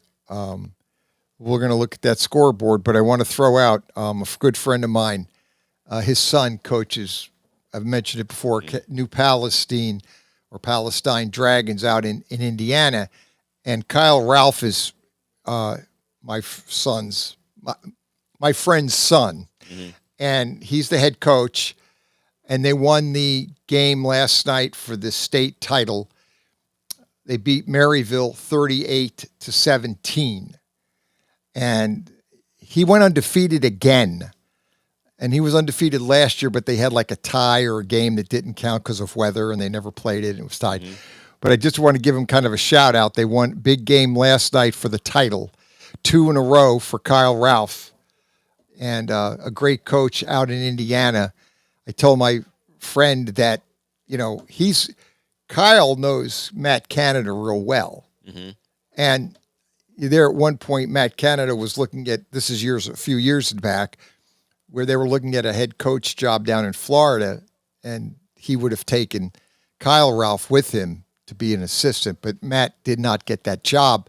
And he went on to coach the Steelers, was the assistant, got all the grief because the offense was so bad. They fired him, and the offense still stayed bad, so they couldn't blame Matt Canada anymore. But when you get back to Kyle Ralph, he's done a great job as a head coach for New Palestine out in Indiana, and hats off. He won. I was watching the games this year. They've dominated out there. He didn't even have a close game, barely. He had, I believe, one close game, what I would consider a close game. That was against the Catholic school out there, Cathedral. They beat them 20-15. I believe that was the first playoff or the second playoff game. But he ended up going on and dominating in the playoffs. He beat East Central 20-6, Bloomington South 42-0, and then Maryville, which is outside of Chicago and on the Indiana side, he beat them last night 38-17, giving him a state title and another one and back-to-back.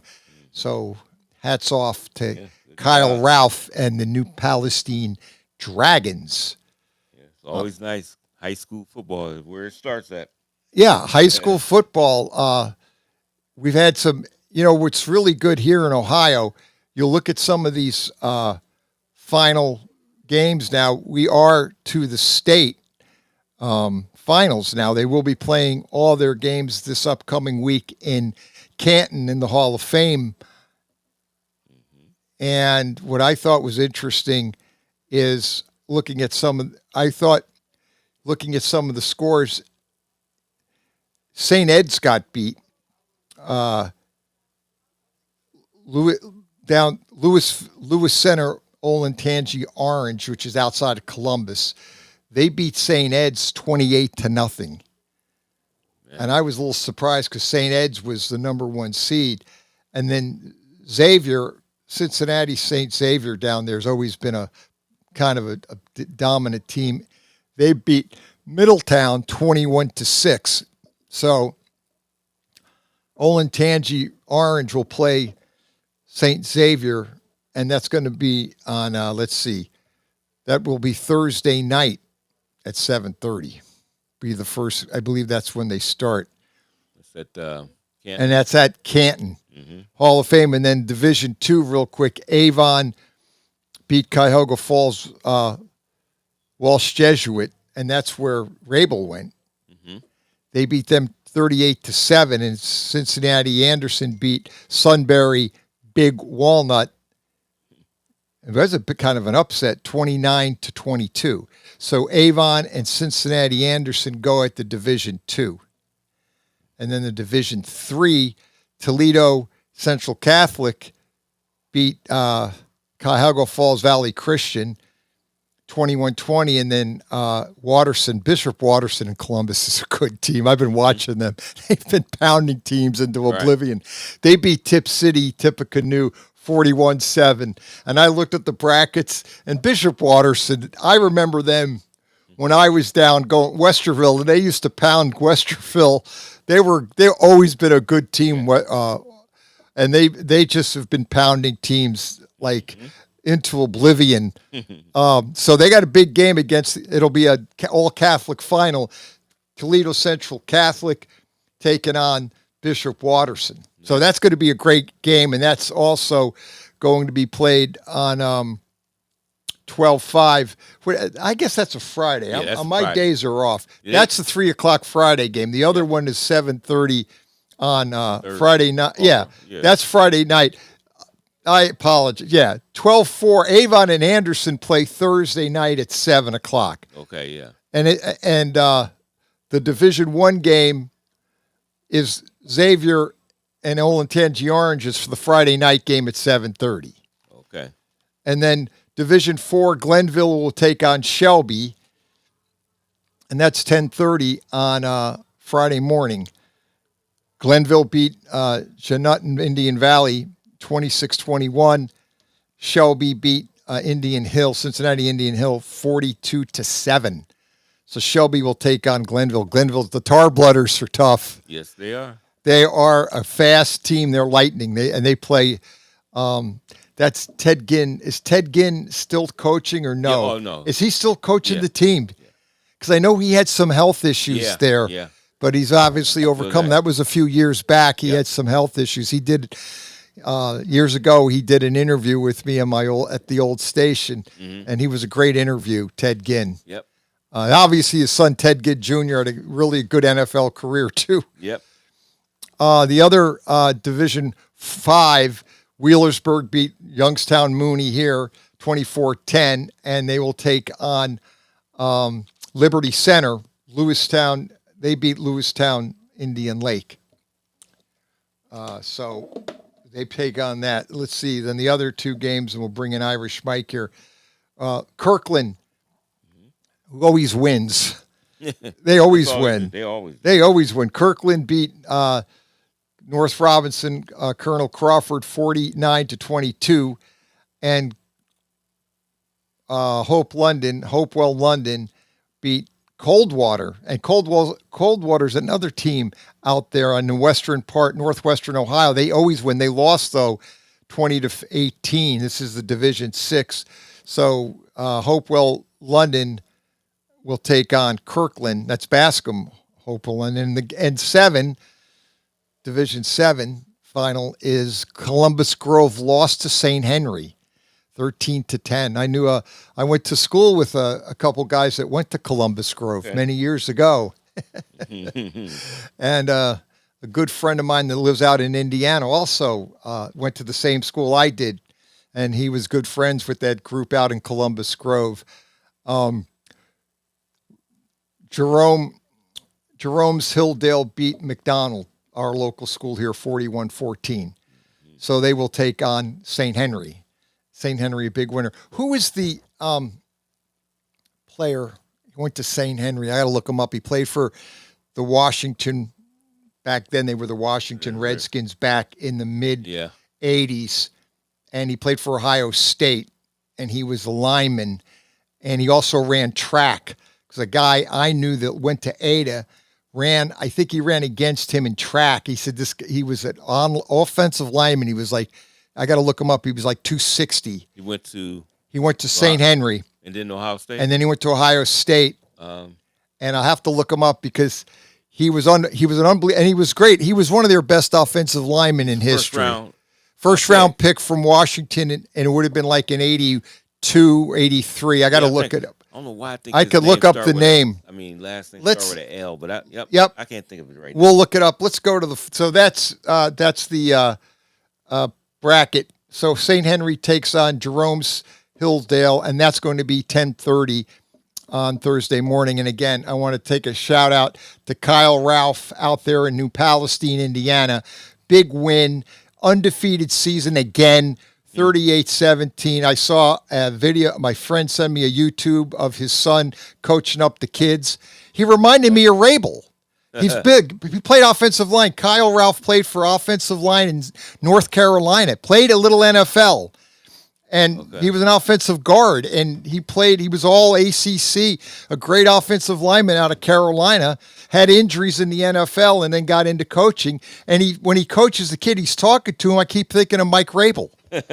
He's big like him. He's big. He's like a great coach. He talks to these kids, keeps it simple, and gives great direction. Again, he's a tremendous coach. He's undefeated. So let's go to the phones. You're on the sports page. What's up? Good morning, Pat. Good morning, Dave. How you guys doing? Hey, Irish Mike. What's happening? Nothing. Well, is today we're supposed to get Lane Kiffin's decision? Yes. LeBron. I feel like we're LeBron. Is he going to be in the Boys and Girls Club in Connecticut making this decision? Maybe so. Maybe so. They'll use the same thing. He's going. I mean, they throwing ridiculous money at him. Yeah, he's probably going. But my understanding, Dave Clark, is Old Miss has already told him and his representative, Jimmy Sexton, they'll match whatever offer he gets. Oh, okay. Well, hey. That's my understanding. If that's the case, he may stay put. Jim Lachey is who. Jim Lachey. Jim Lachey. That was the guy. He went to St. Henry. He ran track. A friend of mine ran against him in track. He said he was unbelievable. He goes, this guy was like 6'6", 265, 70, and he could run like sprint. Yep. I thought, could you imagine this guy coming after you? Oh, man, yeah. But, yeah, Lane Kiffin. Now, Dusty Dvorak was on Mad Dog Russo yesterday, and he said, I don't know where he's going. And he goes, I know Lane Kiffin well. And Lane's always been straight with me. And I asked Lane Kiffin, have you made a decision? And Lane Kiffin said, no, I have not. So, I mean, Lane Kiffin's been on the fence. Florida's out of the picture. Right. So it's going to be LSU or Ole Miss. And as of, I guess we're all going to wait. We don't have any choice. But today we're supposed to find out. But now we don't know. Yeah.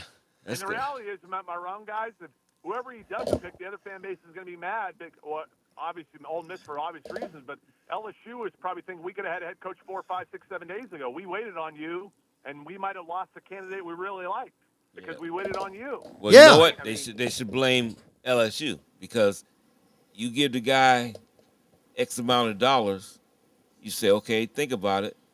Let's say you give him a couple of days. You get back to him. Oh, I'm going to wait until. No, he's not going to dictate when I'm waiting to. If I got some other legitimate candidates, I'm going to have to pull. Yeah, I'm going to pull the plug and I'm going to go to these other guys and see what I'm going to do. He's not going to keep us hostage because what happened is those other candidates I thought that could come in and be a great coach for us, now they're gone. Now we're just left in the breeze, basically. So, no, I will put my foot down on that one. He's not going to dictate when he's coming to us, especially if we got other legitimate candidates that we really There was like. one of the best tweets that went out last night, Dave Clark, about 6:30, about the Bears head coach, Chicago Bears, first-time head coach. Yeah. Obviously, he was the Lions offense coordinator the last several years. Now he's done a great job with his Bears in the first year. He said if this guy, I can't remember his name, the Bears head coach, but he said if he was in college right now, he would have got a contract extension already. Yeah. Oh, Ben Johnson. Ben Johnson. Yeah, his tweet was if Ben Johnson was in college, he would have already got a contract extension after 11 games. Oh, yeah. Yeah. I mean, the way he's coaching the team. Oh, yeah. And then the big thing, can you get, especially at this level, grown men to buy into what you're doing? And the Chicago Bears have bought in. They have bought in. The point he was making in college football, if you have a coach you really like and you're in the top 10, 15, basically they get contract extensions almost every year, so other schools come sniffing around. You got to be able to keep your guy, right? Right. Yep. And that's this. I don't know why LSU is waiting. I do. I mean, unless they're lying. That could be too. Yeah, we got great candidates. We looking at. Maybe they don't. It might be all Lane Kiffin. It's all the chips boom are or in his bust. side. Yep, it's a boom or bust type thing. So that's what it might be. They could just be saying that. Yeah. And how about this coming Wednesday, December 3rd, is National Signing Day for high school seniors because as Pat, you and I talked a million times. Now these guys are starting school early. They're all enroller. I mean, probably 75% of your recruiting class at all the major schools enroll early now. Like, remember Mo Corrett was the first one to do that 25 years ago, and people didn't know what that was. Remember? Like, what? What do you mean he's going to school in January, right? Yeah. Now, 75% of a recruiting class does it now at every school the last 10 years or so. So a lot of these kids are going to start school like around the middle of January, January 14th, the 18th. They'll be enrolled as students taking classes. So a lot of them are going to sign on. Obviously, we all understand that college football calendar is wrong. It's crazy. It's absurd. And, and everybody agrees with that. Now we just got to find a way to try to change that. And but this coming Wednesday is National Signing Day for probably 90% of the high school seniors will sign on Wednesday. And that I think Penn State lost almost their entire recruiting class, and the ones that didn't go to other schools are now going to go to Virginia Tech with James Franklin, who's They're all got hired going to last leave. week. They're all leaving. Yeah, I mean that's what's Correct. going to happen. That's what's going. That's what Mississippi they're all up against. Is because what does Lane Kiffin do, and then do they with him? follow him? Does he take them all with you? But he's going to take a lot of them. The players now have power to leave after 1 year if they want, which I think they should.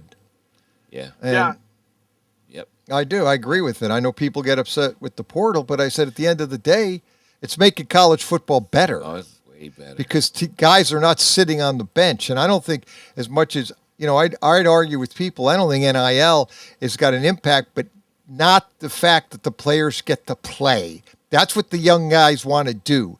Yeah, the NIL is good if I can get it, but if I can go to a school and transfer and start, that's what I really want to do because that's my pathway to the NFL. I don't get to the NFL sitting on a bench. Right. I got to be out there on the field and having scouts and people looking at me, watching me play, going, yeah, that guy looks like a first or second rounder. We're going after him. If he stayed at the old school, he's second string, and he's not getting in. Yeah, it may plateau right there at that level because he hasn't had the opportunity. Right, he hasn't had the opportunity to develop his game. Yeah, and he might get better and better. He could be a late bloomer. See, right.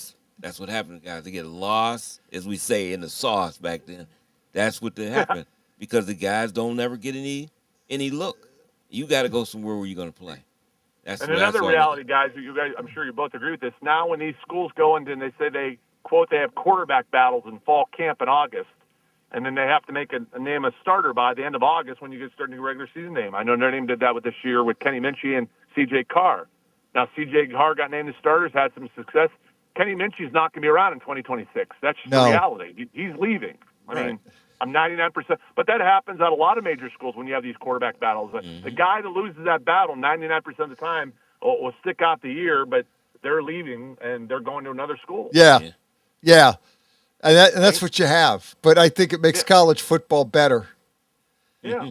I like it. I know people get upset about it, but I think it's great for the players. And it keeps coaches from out, we talked about this years. It's been going on where they over-recruit and they keep players knowing that they're going to put these guys on the roster, never playing them, but they're going to keep them from going to an opposing school. Yeah.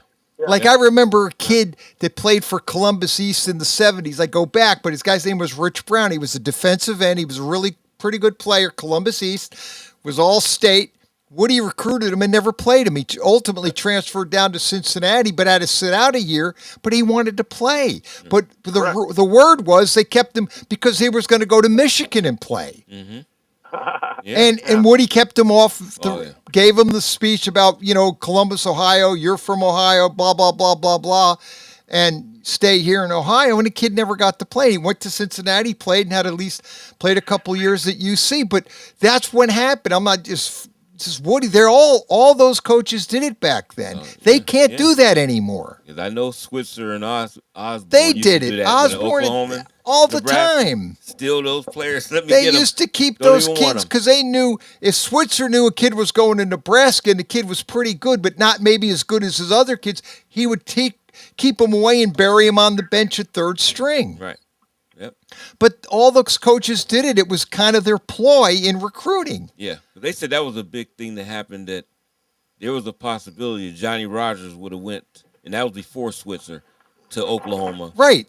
Right. But they went after him so hard in Nebraska, he came to Nebraska. Right. So they settled for Greg Pruitt. But they settled for Greg Pruitt. Who ended up almost, you can argue that he and Rodgers were competing for the Heisman, but Pruitt didn't get it because he was a junior, I think. Rodgers won the Heisman because he was the senior. But the difference between Pruitt and Rodgers was a thin line. I don't know the difference. Yeah. They were so close talent-wise. I mean, I make an argument Pruitt was slightly better than Rodgers. Yeah. But that's how close they were. Yep. But hold on, Irish Mike. We got to come. We got a lot to get to. So hold on. We got to get to the whole college slate and more about Lane Kiffin. Time out. Western Reserve Radio. Back after this.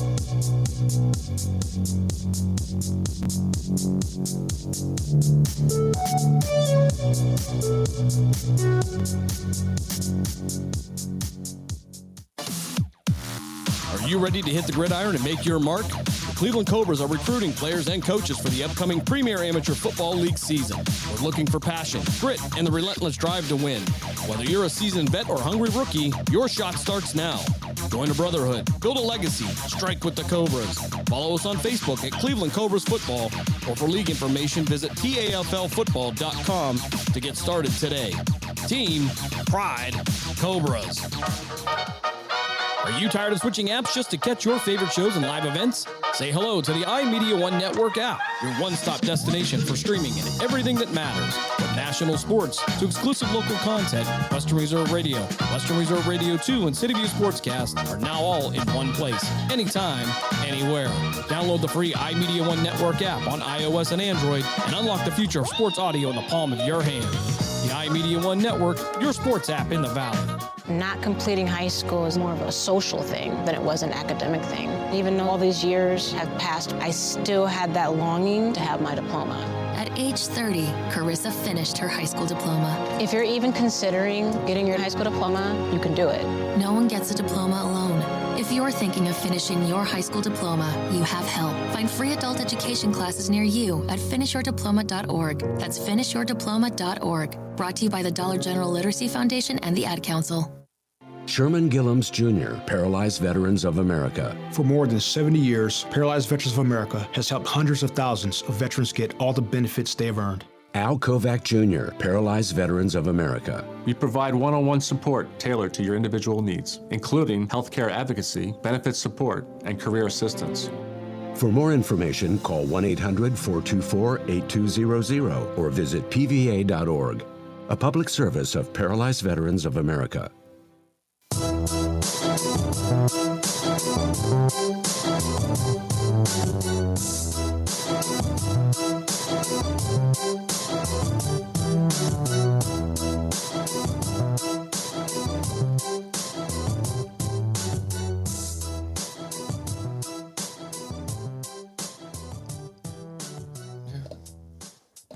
Saturday morning sports page, Pat Lucia, Dave Clark, Western Reserve Radio. Getting to the third quarter. We have overtime today, so we get to noon. Get to the NFL picks third hour.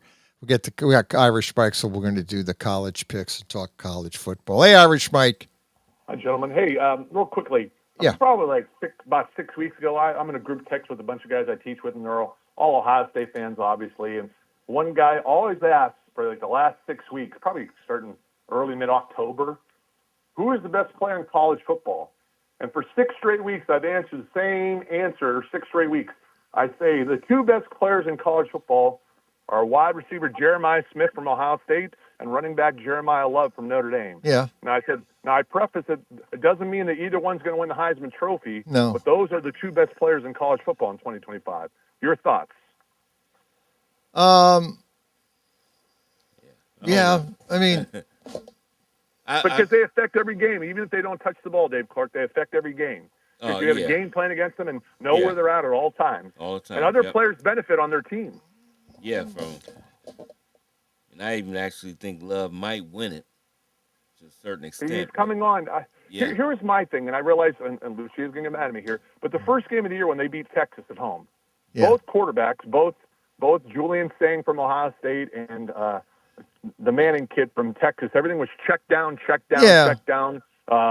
Don't make a mistake. Don't throw the ball downfield. Right. It was kind of a boring game to watch because both offensive game plans were very, very conservative. Right. And then about 3 weeks later, when Ohio State went up to Seattle to play Washington at the end of September, first road game, it was check down. Now, he's got some wonderful statistics, but a lot of those stats were against the Grambling States and Northwesterns of the world, okay? The stats are wonderful, but I'm just talking about meaningful games, throwing the ball downfield and the ability to make plays. Last week against Rutgers, without those 2 wide receivers, he looked very pedestrian, right? He had a very average game against a bad Rutgers team.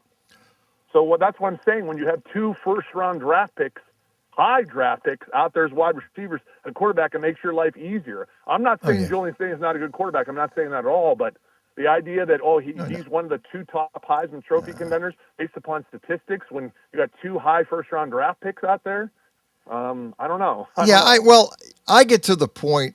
Maybe I just get older, and I've been around. I mean, I look at these awards as a joke. I look at the Heisman Trophy. They're getting worse. You're right. Yeah, They're getting worse. they're just. I'm sorry. I mean, I could go back in time where, like, I know this, but here, 1973, they gave that award to John Cappelletti out of Penn State. But everybody knew John Hicks deserved the award for Ohio State. He was the big tackle that was just unbelievable. I mean, he was one of the best tackles in college history. He went to the Giants, played good, but then he had a bad neck injury, and he had to get out because he ultimately he had that situation where he could be paralyzed. But the whole point is that was like you knew the guy that should have deserved the award and didn't get it because he was an offensive lineman, and they didn't give the Heisman Trophy to an offensive lineman. But everybody knew John Hicks deserved the award. But Cappelletti got it, and he was a good running back out of Penn State. But he got the award because he was a running back.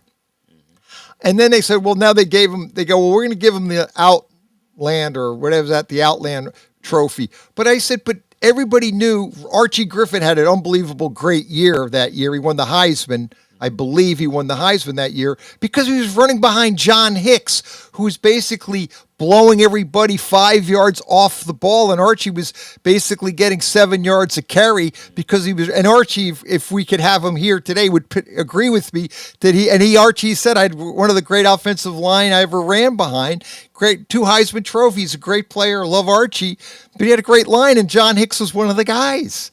But the point is, with the Heisman, that's why I get to the point. You've got it you don't give it, sometimes they don't give it to the best player for some stupid reason because he's a running back and we want to give it to the quarterback. And like you said, maybe Julian Love deserves to win the award or Jeremiah Smith deserves the award. They're never going to get that award. Yeah. I agree with you that watching Notre Dame, and that's right now, Notre Dame might be the best team playing like the best team in the country. I can't wait for the playoffs, but they just don't give these awards sometimes to the players. It's even like you get into the NFL and those I think those awards are stupid too. And it's like everybody, NBA, Michael Jordan, everybody knew he was the MVP, but they can't give it to him every year. But everybody knew he was the MVP. Yeah. It's a popularity. It's like it is. And like NBA, going off a tangent here, but the Joker, like James Harden says, he's the best player in the league. We know that. But they won't give it to him every year because they can't.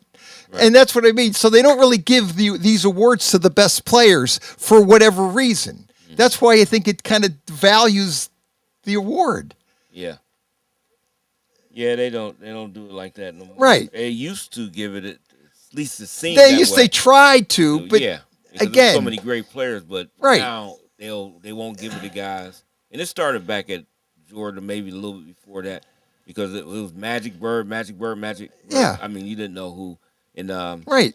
And then with Jordan, you've seen him just completely dominated. Yeah.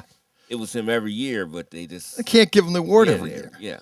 But same thing like with college and the Heisman Trophy. And then they get the voting and, and there's people that won't vote for the obvious because they're from the South and they want the guy in the South to win. It's that kind of thing where it becomes a popularity contest. Or NFL going to the Hall of Fame. Oh, that gets me because I always said this. Me and one of my friends, we said a guy didn't get picked when he was eligible. I know you can't have all these guys, but he doesn't get picked. But 8 years later, he gets picked. He didn't play another game. No, but he played finally gets in. But now he's in 8 years later. Yeah, we could get into that discussion. Before we get into picks, Dave, last week about 10 to 4, I texted Pat. I don't know if you've ever seen this either. When Notre Dame played Syracuse at home last week, they took a 21-0 lead 5 minutes into the game, and it was 21-0, and their offense did not run one offensive play on the field. Yeah, that game last night, I never saw that in my life. I don't know if that was. I've never seen that either. I never did. What was the score? 70. 21-0. Yes. and their Notre Dame offense did not run one play. They never ran a And play. they were up 21-0. 21 no. Because they had second play of the game. The second play of the game, Dave, Syracuse threw a pick six for 50 yards. Right. Safety step in front, pick six. The next play, Syracuse, they went 3 downs and out, and they blocked the punt. That's and they it. picked up and ran 20 yards for a touchdown on the special teams. Yep. And then That's probably on their 5th or 6th play on offense near midfield, he threw another pick six to Leonard Moore. So yeah, they had Notre 2 Dame pick never sixes and a blocked touched. punt. Yeah, and they their never offense touched did not the run ball. one play. No. Their offense never came off the sidelines, and they're up 21-0. It's 21-0. Sad. I've never seen that on any level. I ever. never have. Have you guys? No. I never have. I never have. I mean, the reality is this: Notre Dame played exceptionally well, but Syracuse played exceptionally poorly. I mean, he's playing a lot of true freshmen right now. Their last win came against Clemson down in Clemson late September. Angeli, who was a Notre Dame transferred. Remember, he played against Penn State last year when Riley Leonard got hurt, and he played well. But he didn't win the quarterback job out of spring ball, and he left in May and transferred to Syracuse. And they were actually 3-1. They beat Clemson at Clemson for the big win. And in the fourth quarter, he tore his Achilles tendon against Clemson, so now he's out till next April or May.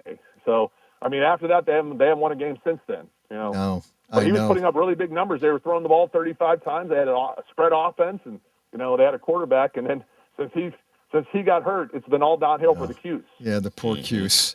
Yeah, I know. It's too bad. It's a proud college football program. Yeah. It's just sadly that, like I said, and a great player like that goes down. Yes. It can't really impact the team. Yes, sir. And especially when, Pat, you want to throw the ball 35 times a game every game when it's spread offense. Right? Yeah. And that's going to put you in the best position to win. And they brought Ricky Collins. True story, Ricky Collins is a backup at LSU. He transferred to Syracuse last January.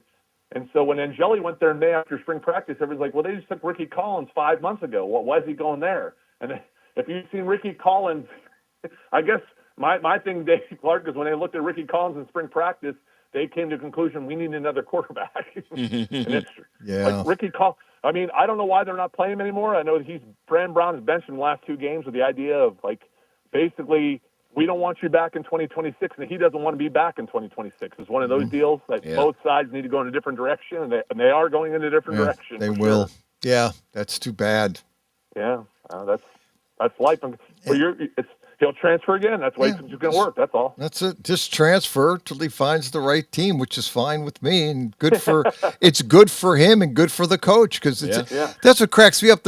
These coaches kind of complain about it, but they do, but they don't because they use it to their advantage too. They complain about the kids leaving, but then you go get the other kids from the other teams that are leaving. So a lot of you guys could build your roster or help build your roster through the portal. And they say it's just pro football. In pro football, if you have 3 years remaining in your contract, you could trade a coach. That happens rarely, but you're going to get compensated with high draft picks, right? You just can't walk away in the middle of your contract and say, I know I got 3 more years left, so I'm going to take another job in the NFL. It doesn't work that way. No, it doesn't work that way. You're obliged to the contract. Right. Yeah, and that's why Mike Tomlin is not going to the Giants. These people are sending me, well, there's a rumor that the Giants are going to trade for Tomlin. No, they're not. They're not trading draft picks for him. I don't buy that. They're not going to. Mara and the Rooneys are close. They're good friends. They're not doing that. Yeah. Mara wouldn't do it to Rooney. He would never do that. He would say, no. He says, I'm not going to start that. I'm not opening up that can of worms here. Yeah. I'm not. He's probably going to hire McCarthy or they'll give it to Kafka, but that's going off. But anyway, but this thing with trading, they keep saying all the Steeler fans are saying that Tomlin's leaving. No, he's not. Yeah, I can't. I don't see him going anywhere. I don't think Rooney's getting rid of him unless Tomlin wants out of coaching. Rooney's going to say you're under contract. You're back next year. He just gave him an extension, a year ago? So, hey, let's get to our picks before this day is getting away from us. The show gets away from us. Let's do it, guys. Let's do the picks. All right. I got to put this on. I got a couple big fat spreads because there weren't a lot of great games left, but we'll figure it out. Michigan, Ohio State, Michigan. 9.5 points, Irish Mike. Michigan, the home dog, getting 9.5. Buckeyes go up to Michigan. What's the weather like in Ann Arbor? Let's look It's at. supposed to get bad as the second half goes on. It's supposed to be snow, sometimes heavy snow in the second half, allegedly, like right around 2 o'clock, 2:30. Okay. So they could get sped. Well, Tate and Smith are playing. Okay. I'll take Ohio State then. Me too. Me too. I think they shake it. I hope they shake it. Whether or not they win by 9.5, but let's move on to Miami at Pitt. Big game. Noon today, NBC. Buckeyes are on Fox. We know that, but they're also the noon game. Noon on ABC. Miami at Pitt. Pitt's getting 6 and a hook. So Narduzzi Narduzzi knows this game matters. He said it. Not that the Notre Dame, that didn't matter. But this does. And he got a big win last week down in Georgia Tech. Yes, he right? did. Georgia 40. Tech on Atlanta. That was a big win for his Big program. win. 42-28. And then Miami beat Vatech 34-17 last week. So you said, is it set or is it 6 and a hook? 6 and a hook. Okay. Pitt gets 6 and a hook at home. Now they probably messed me up, but I'm gonna take Pitt in the points. I done went to a Miami Pitt game twice in my life at Pitt. Yes. I lost both times. I don't know why they lose when they come to Pitt, but they do.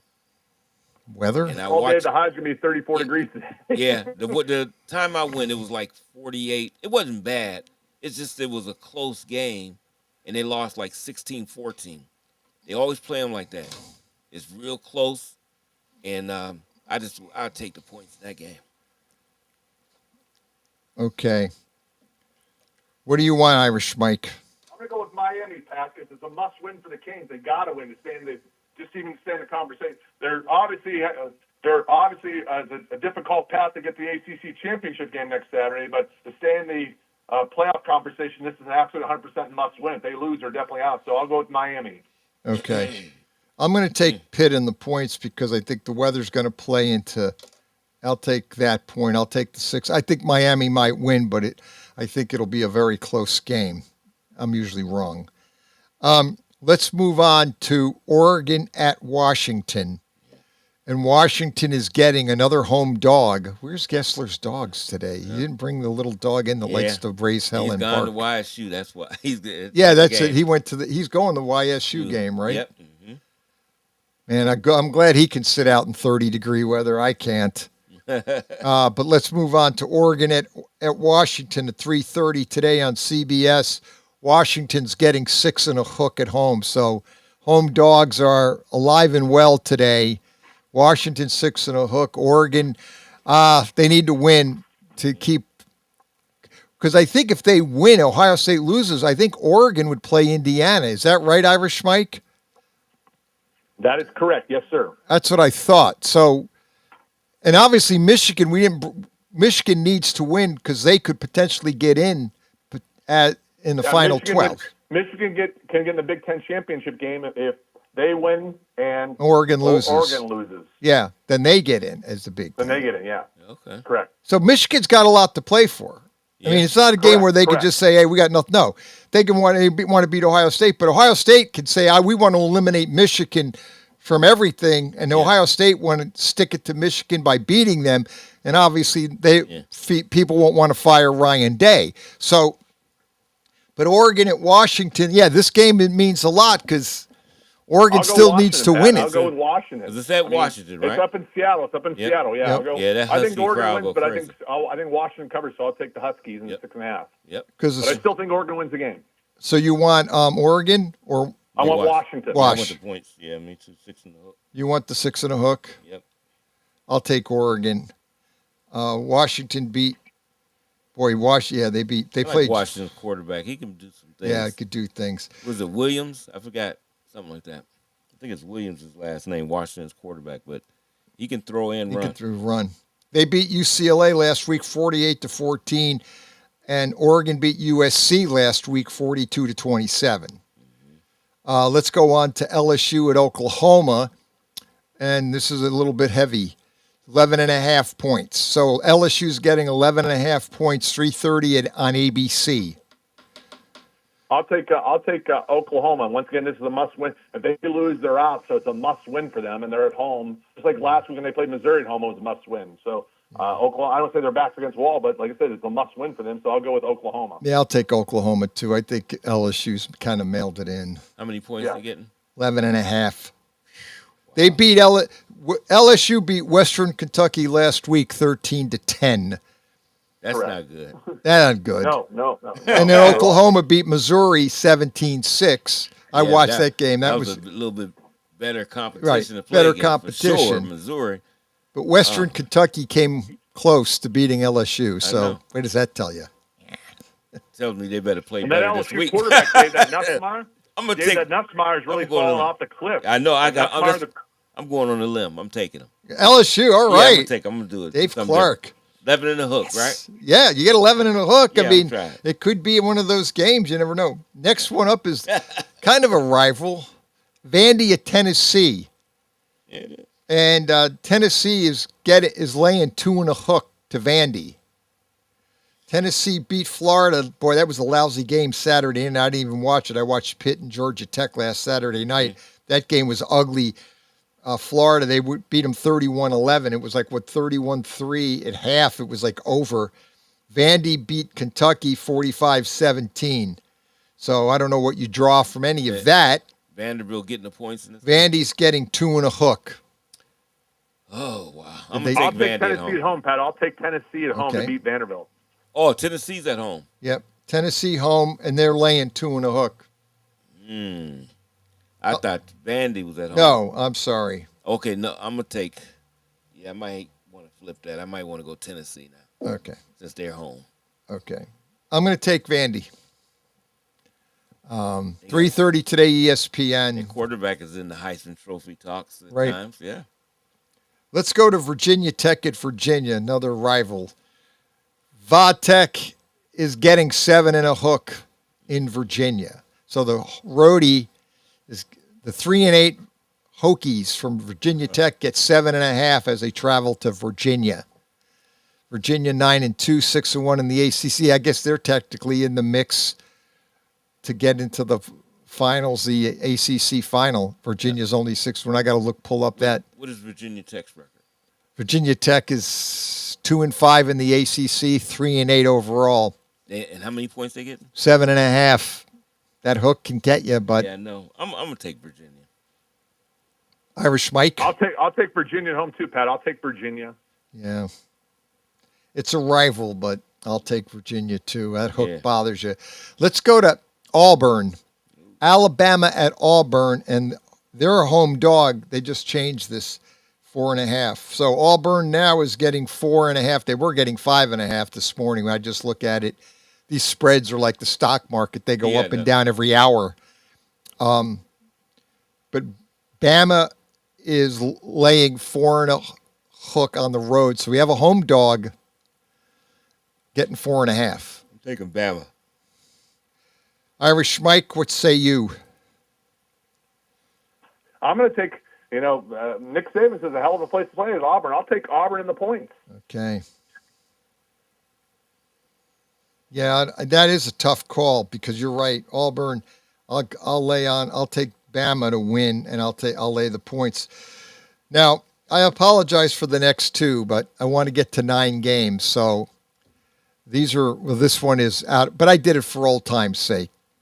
By the way, Auburn has a true freshman quarterback that was committed to Notre Dame for several months, and then he decommitted and went to Auburn. He's a true freshman. He's one of those guys. He's a tremendous athlete. He's a much better running back than he's a quarterback. Okay. So they're going to put it. He played last week, and I think he scored 4 touchdowns, 3 running. Okay. He's one of those guys. When he gets in the game, it's quarterback draw, quarterback power, he's going to run the ball. So that's interesting. Though. Right. They're going to have a run pass threat. So now, just with Auburn, they might pull off the upset of upsets. State Auburn. Just remember, they played Mercer Net last week. Who did? Correct. Auburn. Yeah, I agree. You played Mercer High School. Mercer College, whatever. Yeah, but they beat them 62-17, and they probably had the water boy in playing quarterback at one point. I get your point. He's a great player, but again, the level of the opponent. They probably took a little frustration out, but you're good. This is the rival he's game. In the game. He's not in the game to pass the ball. He's not No. in the game to pass the ball. Right. He's in the game to run. He would be. That would be Woody's dream. Woody Hayes would love that, man. He loved handing the ball, run. And so would Urban Meyer. And Urban too. Yeah, yes. Urban was like a Woody. He loved to run the ball and control the line. It worked. UCLA at USC for old time's sake, because I love this matchup. Man, I used to love that. I remember OJ running in 1967. They lost to Gary Beeman. They gave Gary Beeman the Heisman Trophy, and OJ ran. OJ lost 21-20. I got to look at. They lost 67. Or was that this? I got to look it up. I thought it was a 67 game. Hey, Dave Clark. You know why Lucia loves this game every year? Because they get both UCLA and USC wear their home uniforms, powder blue and cardinal red. They both wear their home uniforms. Yep. He loves that. Yeah. Right, Lucia? You love that, don't you? Well, I do love it. He does. He don't have to worry. I love that. Oh, man. And back then, they used to have the little Roman fancy numbers on there. But Beeman should have never had the Heisman Trophy. No. But in that game, Pat, I'll take USC. I don't care what the line is. USC will 21, blow them out. I'll take the Trojans. 21 and a half. I'll take the Trojans. They're going to win big. Lincoln Riley is going to play one on somebody today. I'll take the Trojans big over UCLA. Where's that game at? Coliseum? Yeah. Oh, it is? Yeah. No, that's at USC, so they're playing at the Coliseum. They redid the Coliseum. Yeah, I'll take USC too. Big points, but I'm going to take them. So, you want USC, Irish Mike? Yes.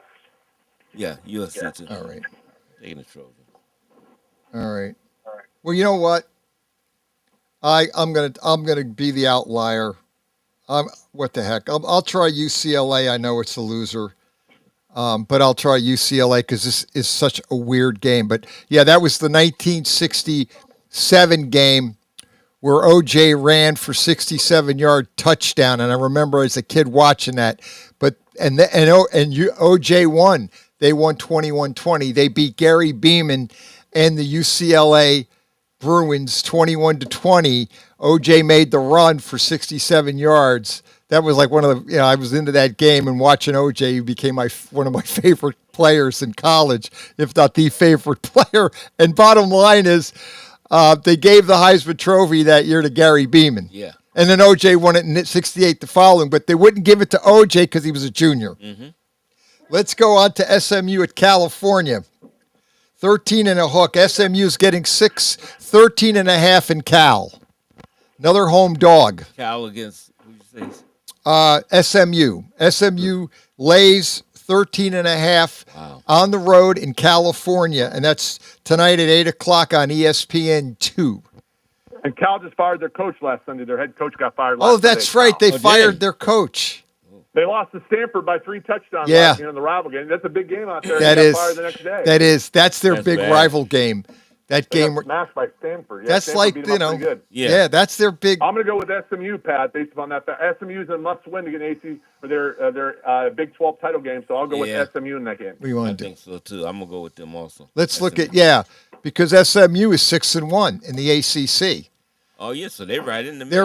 They're in that hunt.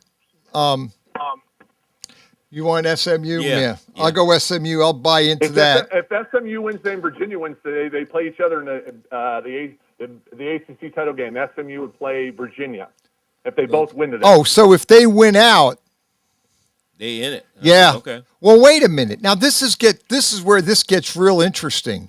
When you look at the standings, they've got Virginia 1, Pittsburgh 2, SMU 3. So if you're saying that if Pittsburgh wins, SMU wins, and Cavaliers, Virginia, they would go to SMU and the Cavaliers. Pittsburgh would not play. Pitt needs to win, and they need one of those other two teams to lose. Ah, okay. Wow. That's gonna be interesting. Okay. Miami needs a 6-way tie. Hold on for a minute. That's not happening. We're going to go overtime. I'm going to carry my Irish Mike in a little bit, and then we'll get to the pro picks. Saturday morning sports page coming up. We got another hour to go. NFL picks, a little college football back after this quick timeout.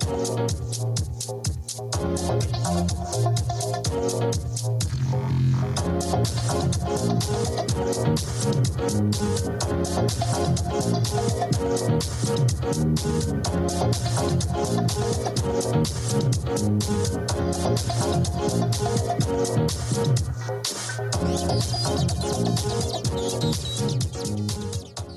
stations that always keep you in the zone. I love it. It's awesome. Western Reserve Radio, Western Reserve Radio 2, and City View Sportscast, Youngstown, Ohio. Tom has been a teacher for over 40 years. One day, I think one of the students had asked the question and he didn't remember the answer. And I also noticed that he was letting his class out earlier than they were supposed to let out. I was really starting to worry. Levi and I talked about how it would change our lives, but he was there beside me. When something feels different, it could be Alzheimer's. Now is the time to talk. Visit alz.org/ourstories to learn more. A message from the Alzheimer's Association and the Ad Council. During the fall and winter, grilling season never ends, and Gessler Propane is your local supplier that makes sure you get your hard-earned money's worth. Why go to gas exchanges to pay higher prices for tanks not filled to capacity? Gessler Propane makes sure you're prepared for year-round grilling with 100% filled tanks at a reasonable cost. See Bob Monday through Friday, 10 to 4, and Saturday, 9 to 3 at Gessler Propane, 702 Youngstown Poland Road, Struthers, or call 330-755-9119. Gessler Propane. They got gas. Village Tavern's been a beloved local landmark in Hubbard, Ohio for nearly a century, and now it's better than ever. Recently renovated and still serving up the same warm hospitality, the Village Tavern is your go-to spot for great food, cold drinks, and a laid-back atmosphere.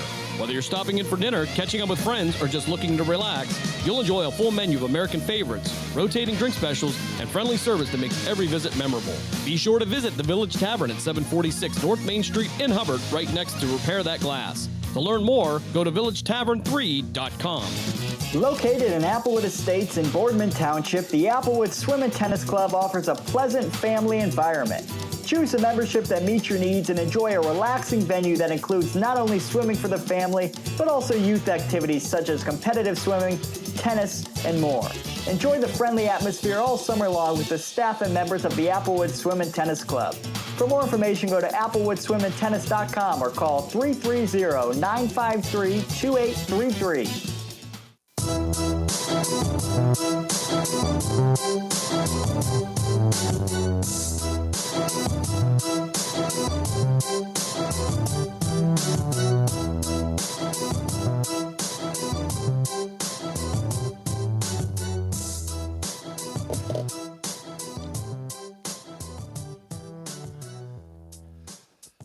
Saturday morning sports page back at you. Dave Clark with me, and we got Irish Mike. Irish Mike. Yes. Okay. So you're right. So then the way this maps out for the ACC, Pitt needs to have one of these teams lose. Correct. Either Virginia or Miami, right?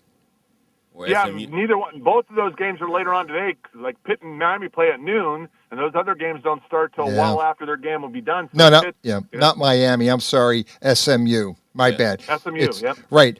So I guess what the heck would happen if they all lost? What would happen if Virginia lost, Pittsburgh lost, and SMU lose, and Miami wins, and Duke? I'm assuming Duke still has a game left. If they win, then you would have everybody.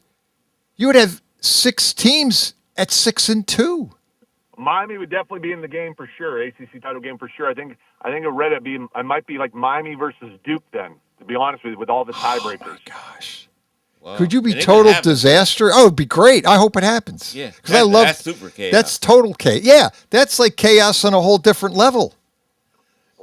That's the greatest. If Virginia loses, Pitt loses, and SMU loses, and all right, Georgia Tech's already played, but if Miami won and Duke wins, they all be 6-2. They would all be sitting at 6-2. Duke plays Wake Forest at 3:30. That game might mean something, depending on how this all maps out in the ACC. That's crazy if that happens. So if Duke would beat Wake Forest, I mean, it's not maybe it could happen. It's probably not to bet that, but if it did happen, it would be to me great Because then you'd have all these teams sitting at 6-2, and then the question would be: would the committee get mad and not put any of them in the final 12 because they all had 2 losses, and they go, they're not worthy? Yeah, good point. Yeah. Then what happens? It's just crazy if something that it really could happen because Miami could be Pitt. Well, and Virginia here Tech could be Virginia in a rivalry game. And then the point on it is this: you would have Miami would have the best record. If they win, they go to 10-2. All these other teams would be 9. Like Virginia would be 9-3, Pitt would be 8-4, SMU would be 8-4. Oh yeah. Georgia Tech's 9-3. So would the committee look at it? Duke 6-5. If they win, they're 7-5. They're not putting them in a final 12. But would they end up sticking Miami, Florida in? Would they get the playoff spot? Because the committee's not going to look at who plays in the championship if they have 3 losses.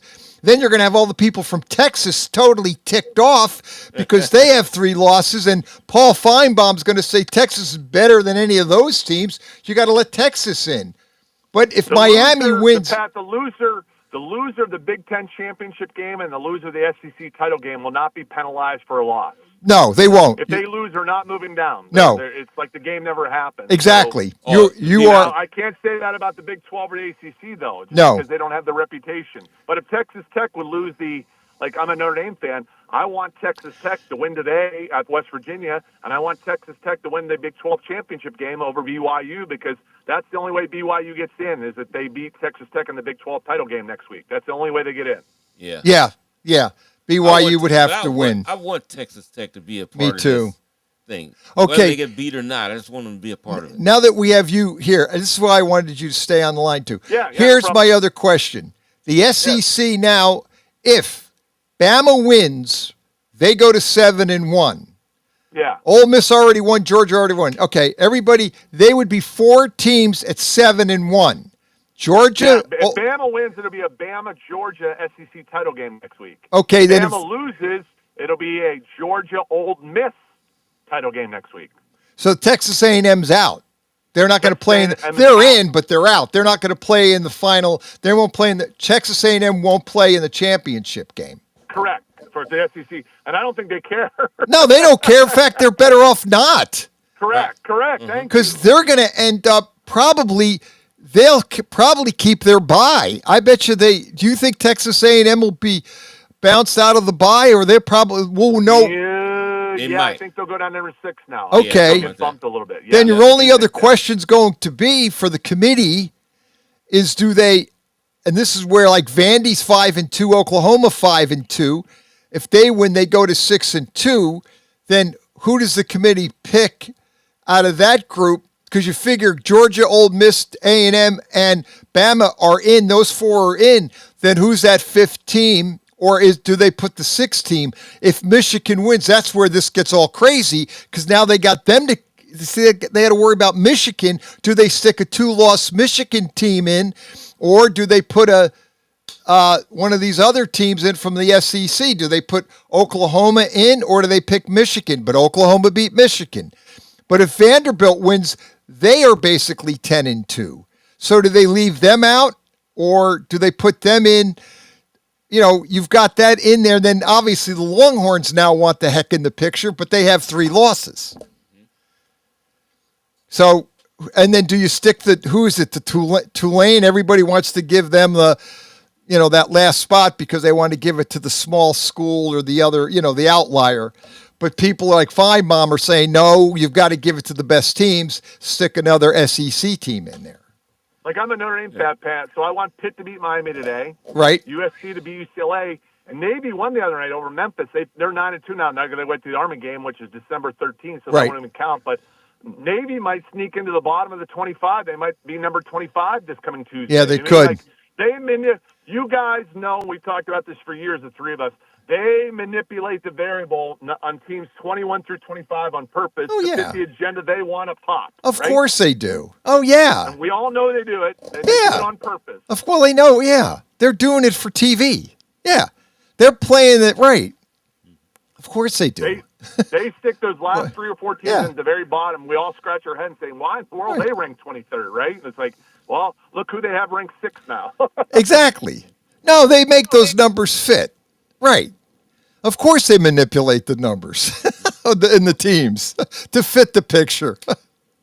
That's the American way. Correct. Manipulate the facts to fit your narrative. Yeah. I mean, Sad, obviously, the last 3 big weeks, it'll probably be again Tuesday, the big argument is the Miami-Notre Dame situation. They played back on August 31st, but Miami kicked the field goal in the last minute of the game to win by 3 points. And why is Notre Dame ranked ahead of them? They played head-to-head on the field, and, but all those computers we used to use have Notre Dame clearly ahead of Miami. So, and you have 4 coaches in the room, and coaches put on film and say, we use our eyeball test. Rightly or wrongly, fairly or unfairly, we use our eyeball test. Yeah. So, and I know that there are people just going crazy over that. Ari Wasserman writes for On3, said it would be a complete misjustice if Miami did not get in and Notre Dame did. It would be a complete misjustice. Well, you can't really. Need to go I don't think you can ever do that, though, because my team could beat yours. You could be the highly ranked team. I beat you this certain week. And then down the road, you play great the rest of the year. I play off and on. Yeah. You can't say why you're in front of you. That particular weekend, we were better than you. And that happened in the beginning of the year, too. That's right. I mean, even if it was in the middle. Yeah, even the middle, you're right. I mean if I done lost other games to other teams, then, you can't bring down the team that we beat. Why are you bringing them down? This might have been a day. It was our day, and we won. We matched up and did better that particular day. But for the totality of the season, the other team been more consistent, beat a lot of good teams. You got to give it to them. We lost to a team that we shouldn't have lost to down the road. Down the road. Yeah, so you can't. I don't think you should see them. I don't think you should penalize teams for this. Well, for the Big 12, just so you know that the way this maps out is Virginia, Texas Tech plays Virginia, West Virginia, and then the other plays UCF. BYU is playing, I believe, UCF. It can be dangerous. And it could be dangerous. They should beat them. But now the question's going to be if they both lose, that makes a 3-way tie because now they're tied with Utah. So it'd be who would be Texas Tech? So then who would it be? It would be Texas. It would be Texas Tech and BYU. Utah would be out. And they're out even if they're BYU tied. Utah. I see. So Utah's out anyway. They can't get in it. Okay. So even if these teams lose, Utah needs one of those 2 teams to lose. Utah needs one of those 2 teams. One of the 2 to lose. Right. Okay. Then, I see. They need BYU or Texas. Wait, they playing? Are they playing each other though? No. They play. Texas Tech is playing West Virginia, and BYU's playing Central Florida. That's right. You just so they need. But if they both lose and they're all tied, then it would go to BYU and Texas Tech. If they lose and they're tied with Utah, there's a 3-way tie now. They got out of it. Utah's out. But but one of the 2 loses, Utah would get in. So if Texas Tech loses and the other BYU wins, then Utah would get in over Texas Tech. Or see, that's where this gets weird, and I guess still no tiebreaker. If we're going a lot of ifs if teams lose, but right now, if both those teams lose, it's 3 ways. They both have the same record conference-wise. They would be tied. Then they got to pick 2 of the 3. Correct. Wow, that's the Big 12, right? That's Big 12. Wow. And the committee's only going to probably put 1 team in from the Big 12. Yeah, and they're only going to put maybe they put 1 team from the ACC, but maybe not. And I only can see either Texas Tech or BYU being. I mean, Utah does play. They play exceptional. Yeah, you too, right? And they won, right? But I don't know if they should. That'd be weird. It might be where they don't get in. Nobody. The only thing I disagree with you, Pat Litchie, if BYU and Texas Tech play in the ACC championship game next week. Yeah. Big 12. I'm sorry. Big 12. If Texas Tech and BYU play in the Big 12 championship game next week in Dallas, and BYU wins, BYU's the conference champ, so they're definitely in. And I'm 99% sure Texas Tech would still get in too. Yeah, I think. That's what I was thinking. Yeah, because they're both right now 10-1. Both teams are 10-1. And both teams played. And they're a good team. So BYU and Texas Tech, one of the 2 will get in. Whoever wins will get in. Yeah. Correct. For sure. For sure. That will happen. The other problem, I think, with the ACC is where you're going to get into a problem. Because if these teams lose, they might end up, Miami will be the only one with will have the best record with 2 losses. Yeah. All the others will have 3 losses. And then you're going to open up to all the people that think Texas belongs in. They have 3 losses, but they're going to they're in a better conference. They played a better schedule, yada, yada, yada. Texas deserves to go in. If it's not Miami and it's one of those other teams, that's where this is going to get real interesting. Yeah, sometimes I think you got to just look at stuff and say, okay, Texas is playing a lot better. Yeah, and now. They are. And they're hot at the right time. Right. So you want your playoffs to be with the best team. I think you got to get them in. You got to look at it. Yeah, you might have to look at that. I have to look at them. And you're going to say, at the end of the day. Now, if Georgia Tech would have still been winning, they would have got in. I would have want them definitely in. Right. If Georgia Tech beat Pitt last week and then if they beat Pitt last week and beat Georgia, they would be in. Yeah, they had to. Yeah. But now that they lost both games, they're out. Yeah. Potentially, I mean, I guess that's the question going to be. You don't care. Here's the whole deal. You don't give a. I don't mean to sound bad. You don't care if you win your conference or not. You just want to get in that 12-team playoff. That's all you care about. So regardless of what your conference championship, if you have the best record, you get in. That's all you care about. Yeah. You don't care about the conference championship game. You just want to get in that playoff. Yeah. Yep. Because everybody starts 0-0 in the playoff. Anybody can win it. It's all right. And what I would do, and you tell me if you think this is Irish, Mike. Yeah. That you in a conference, I use the conference as my goal to get where I need to get. Right. Meaning, even if I don't get into that conference championship, like you said, but if I play towards it, right, I can play well enough that I still get in these playoffs. And that's what you got to use. You use it like a target to go after. But you don't really care. You don't care about that. You just want to play well enough to get into that 12-team playoff. That's the thing. They want that gold, as they say. So let's suppose Oregon wins today, Pat. Let's hypothetically say Michigan upsets Ohio State. Yeah. Okay. Then you have Oregon versus Indiana next week in the title game, a rematch from a game they played 8 weeks ago that Indiana won up in Eugene 8 weeks ago. Yes. Okay? Now, they will all have 1 loss going into next weekend. Yeah. Now, I would tell you this. The only way Ohio State would lose their bye, not have a bye in the first round, if Oregon beat Indiana next week in the title game, that would give them all 1 loss, okay? Right. Oregon would automatically get a bye. They'd be 12. They would be 12-1, the conference champs, right? Because they won the Big Ten championship game. Mm-hmm. And Indiana would be the runner-up because they lost to Oregon in the Big Ten title game, and they only have 1 loss, and they would not be penalized. That you would have definitely Oregon would have a bye in the first round, and definitely Indiana would have a bye in the first round. I don't think Ohio State would. They don't. They don't get a bye. I think they'd drop to 5. They would drop to Correct. 5. They would. They would not give 3 Big Ten teams a bye. No. 2 would get it, not 3. No.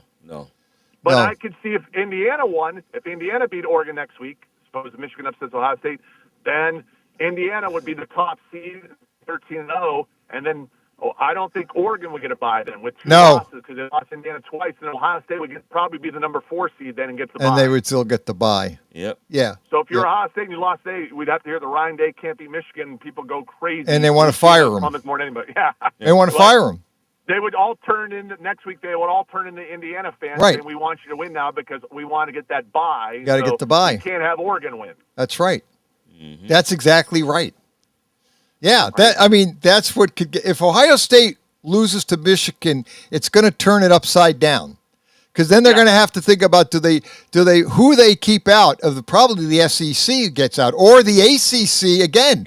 I'm looking at the ACC, and if you have a team, if you have Duke winning the ACC, you're not putting Duke you're not putting them in the playoff. Yeah.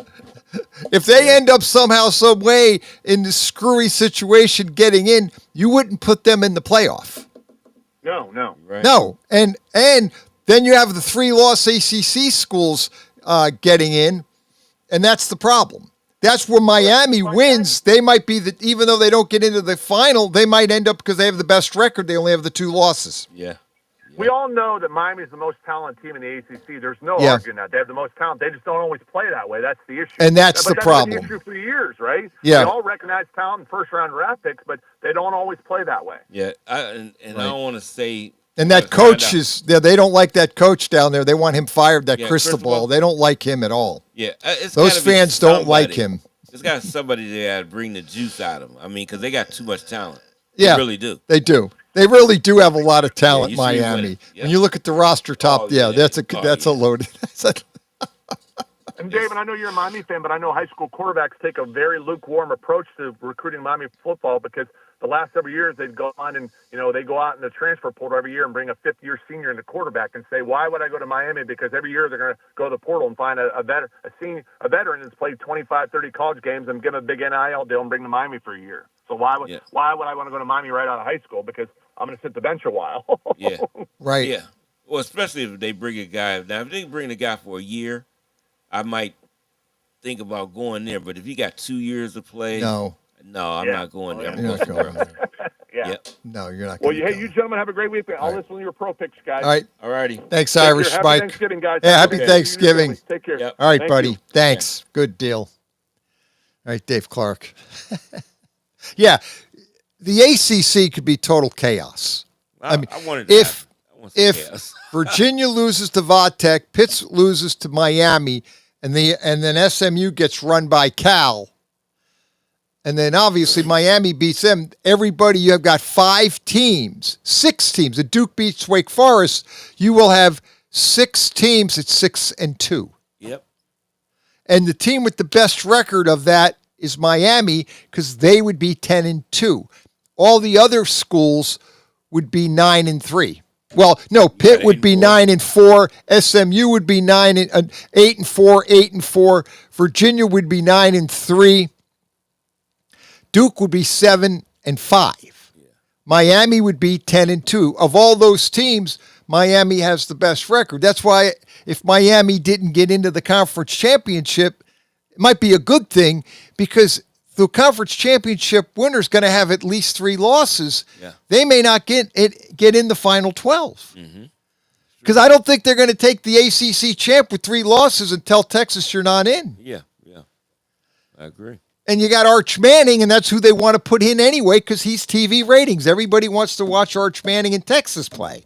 So we'll see. If you're in the playoff, the 12 teams, and you're in that committee, and you're sitting there looking at all those teams, and you're thinking, okay, these teams are real close. What could be that one thing that could put one over? Gee, if we put Arch Manning and Texas Longhorns in, look at what those ratings are going to be. And if that's close, where do you think you're going to go? Well, I tell you what, you get chaos. Yep. You also get 16 teams in it. Well, in a couple of years. That's where that's going to go. Yeah. They're going to open up the door to get 16 in. Yeah, and then people will say, what about 17, Right. 18? But they'll be a little bit more comfortable Right. with 4 more teams In. there. And that's it. You're going to, right. Yeah, that'll take care of all this. That'll take care of a lot of it. Yeah. Put the other team. Because you can use that now. If you look at that, it's a couple teams you can take from the SEC. You get another Big Ten team in there. Yep. Come on, ACC. We'll bring at least the one anyway. Big 12 might get 2. It might. I mean, that's the thing, and then you wouldn't have so much. It's always going to be a complaint, no matter what. You're always going to get it, and it's tight right now. But it's tight because you have these SEC, like Texas just had that big win last night. I bet the ratings are good for that game. So you have Arch Manning playing, and he's starting to play good. He had a good game last night. So you start looking at Texas, and you're thinking, God, these guys in the playoffs are going to be a good team to watch. And then if you've got these ACC schools with all basically 3 losses, and then you have Miami, then you're going to be like, well, do you put in a 2-loss Miami over a 3-loss Texas team? But if Miami doesn't even get into their conference final, which they might not, then they don't even play. Do you even put them in? Then you got to make that decision. Miami, and granted, Texas isn't getting in their final either, but because the ACC is really a lower conference, you think Miami has to win their conference outright to get in. And if they don't even get into the conference final, you don't put them in. Yeah. And you put Texas in because you think Texas is a better overall team. And that's what Paul Feinbaum would say. Yeah. I'm sure he would agree with me. Yeah. They're gonna have to up it. And they're going to have to up it because you got too many teams, especially the SEC is still the best conference. Yeah. And you watch after Texas winning last night on national TV. Well, yeah, it was ABC game. It was on there. You're watching Texas play and Arch Manning, who everybody says he's the Manning at the top. He's supposed to be the Heisman Trophy winner, but he's starting to play good. Yeah. You want to get him in there. And you want to get him in there. You want to stick Texas in the final 12 because you want to see them play. Yeah. So, and I even say the thing with Vanderbilt. They keep winning. If they had 16 teams, that'd be one of the teams. Vanderbilt would be if you had 16. If Vanderbilt wins today, this is the thing with that SEC. If Vanderbilt wins today, the way they map out, they're going to be 6-2, 10-2 in the conference, and they're going to be in with Oklahoma and Texas. You're going to have.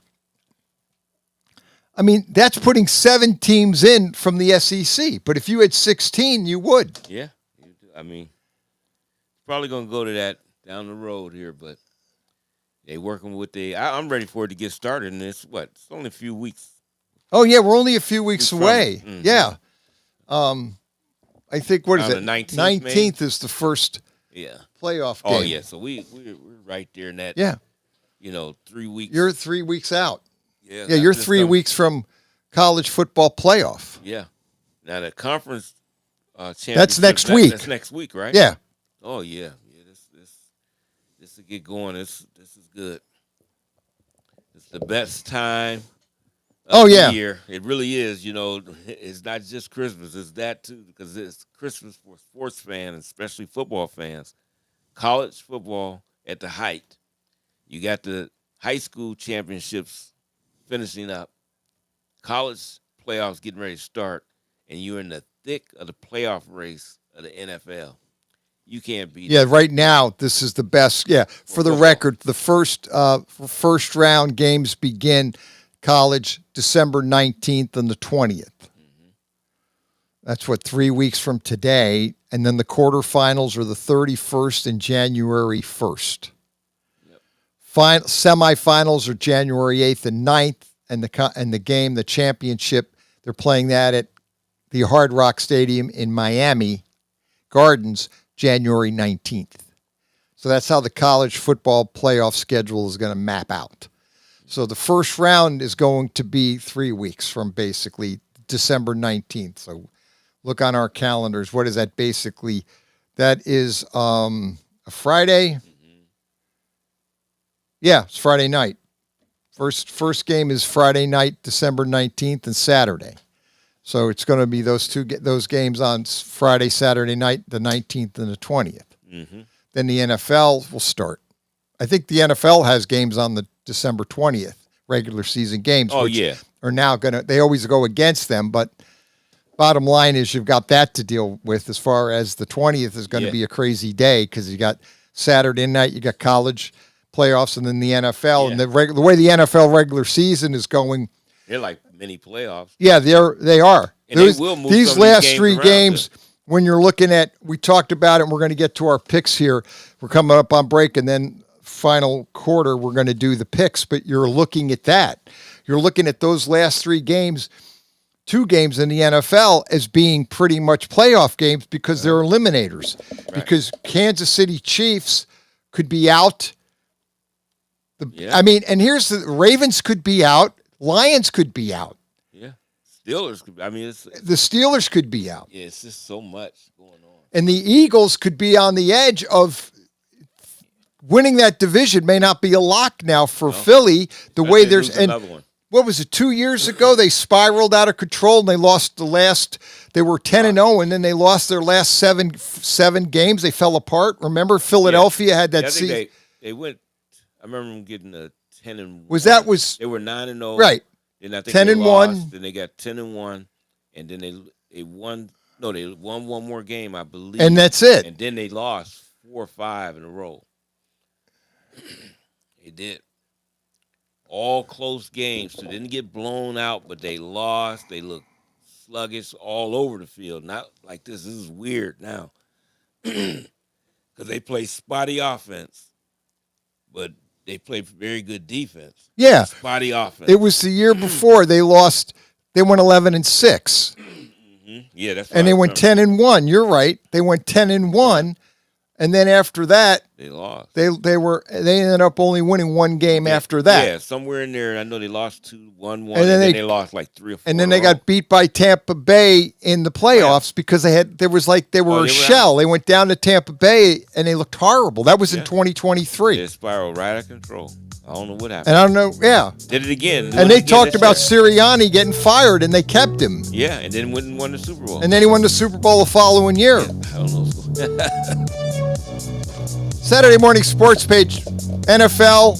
When we come up, back NFL picks, Western Reserve Radio.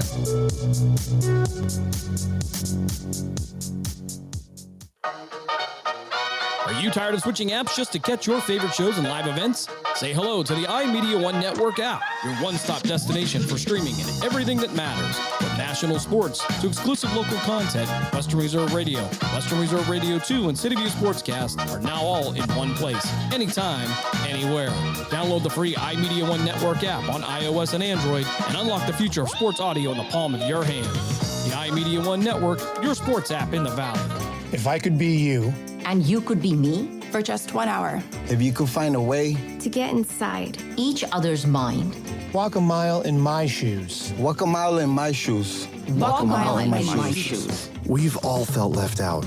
And for some, that feeling lasts more than a moment.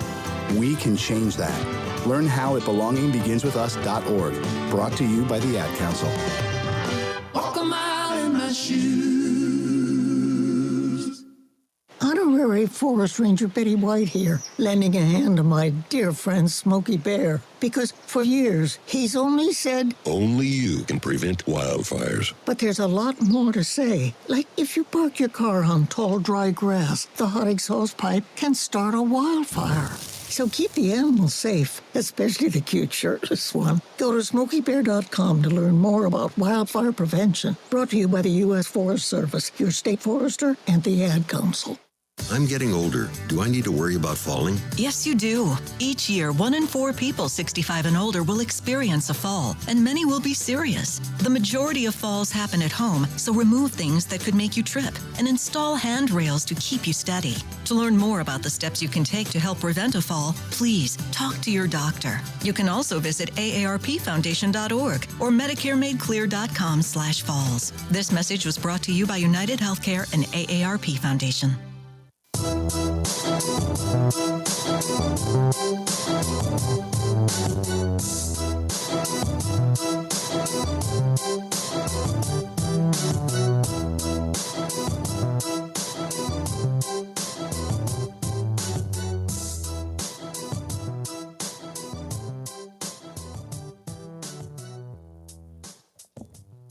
Saturday morning sports page back at you. So 330-707-4202. Anybody want to weigh in?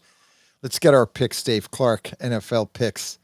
Not as many games because they've played 4 of the games. Oh, yeah, that is true. And I know I said this earlier, but I actually got them right for a change. And there's no skill involved here. I want to, that there's no skill. No. I just decided I was going to take the team that was getting the points. That's what I did. I got them right. Do that. Yeah, I just figured. Favorites, I go over all of them and see what happens. I just took the approach is I don't care if they're home or away. Yep. I'm taking the teams that are getting the points. And I thought the Bengals are getting 7 and a hook, and the Bears are getting 7. I go, they could keep it close. Yeah. And I thought the Cowboys at home getting 3.5 because of that hook. That's why I took Dallas, is because I figured even if Kansas City wins by the field goal, you lose at the hook. So I took Dallas. That's why I didn't take Kansas City, because of the hook. If it was maybe 2.5, I would have taken Kansas City, but I didn't because I figured it down in Dallas. But I didn't think Dallas would win. Yeah, I didn't either. I didn't think they would win. I thought it was going to be a close game. I thought it would be a close game, a field goal game. And I started to call and tell you, I'm going to change that one day. I said, nah, just leave everything like it was. That's the only game I started thinking about. No, I thought about Philadelphia too, because I looked at it and I said, wait a minute, now they're getting 7. They got 7. Yeah, in a hook. Bears got 7 straight. 7 straight. And I said, I don't know. And I said, I looked up the weather, cold. It's cold, but it wasn't anything. It wasn't nothing to really mess up. But I said they might not. They might just be running the football, which might be a low-scoring game. I should take 7. I was going to change both of them. I said, just leave it. And I should have changed when I would have had 3 wins. But I left it just like it was because it's so unpredictable.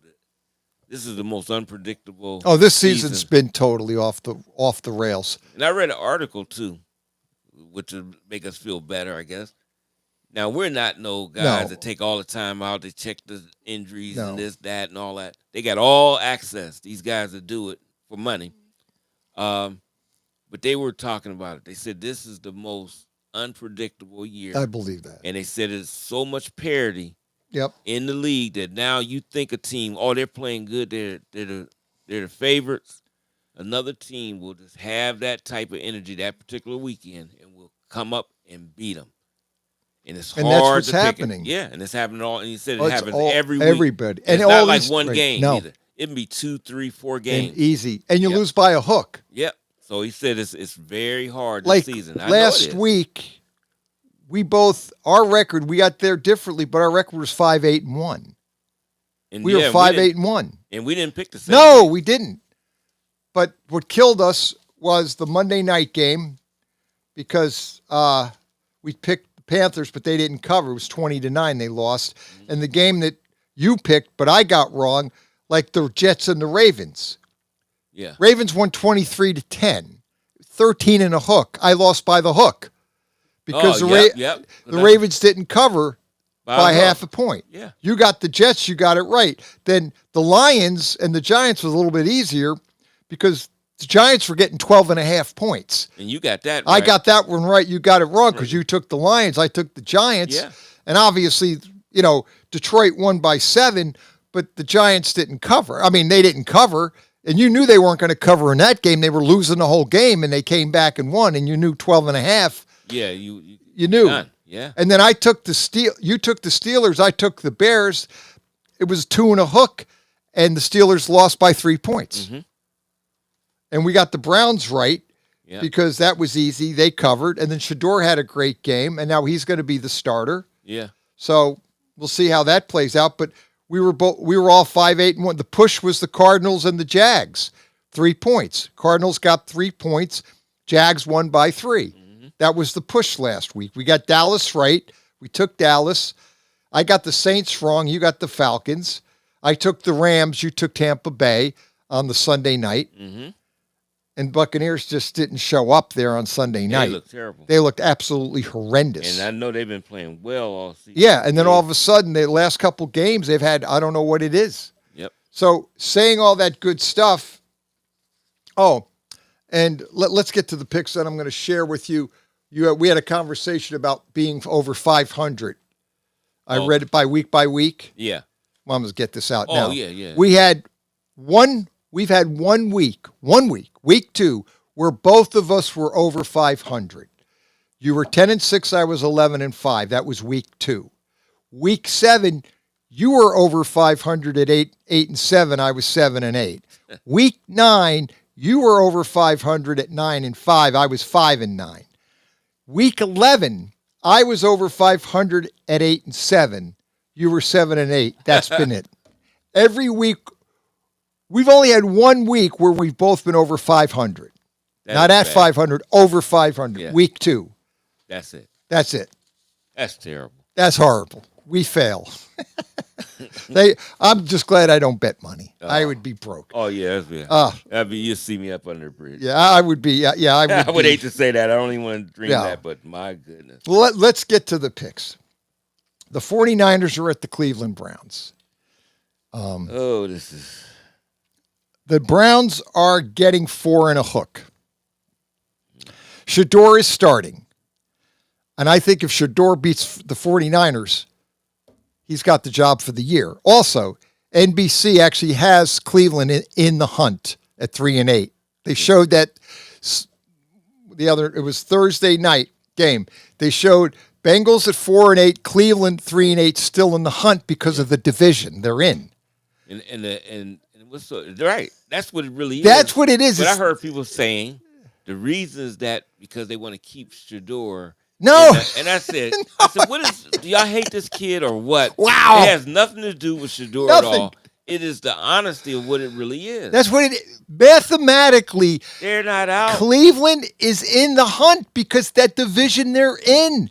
Because you've got Pittsburgh and the Ravens they're stumbling and they can't get out of one another's way.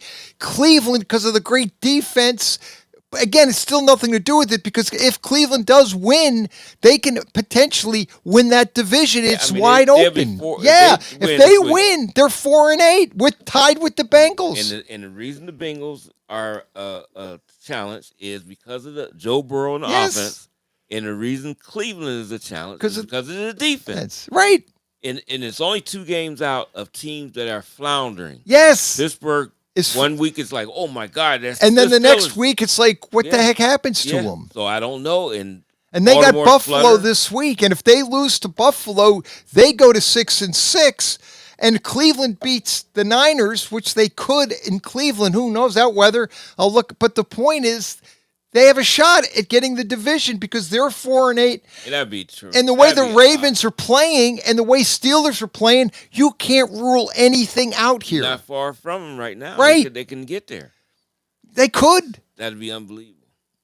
Yeah. I mean, you could tell. I mean, that's why they're I know people are laughing. Oh, 3-8. No, they're 3-8 because of the division they're in. Yeah, it's got nothing to do about the players. It's got nothing to do with the wild card because the wild card's not coming out of there. In all probability, it's not. It's the division. It'll be the division winner, but that's so wide open. Yep.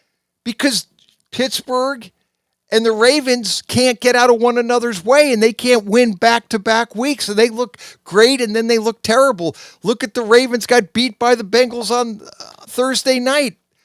They look terrible. I mean, and Burrow, I mean, it was a close game, and then the Bengals took it over. Yeah. But now with Burrow back, and Cincinnati's defense looks like a whole different defense. But they played better. They played better. The defense played better. The right. last few weeks they've been playing better. So now you allow them to get better. Right. That can be a challenge.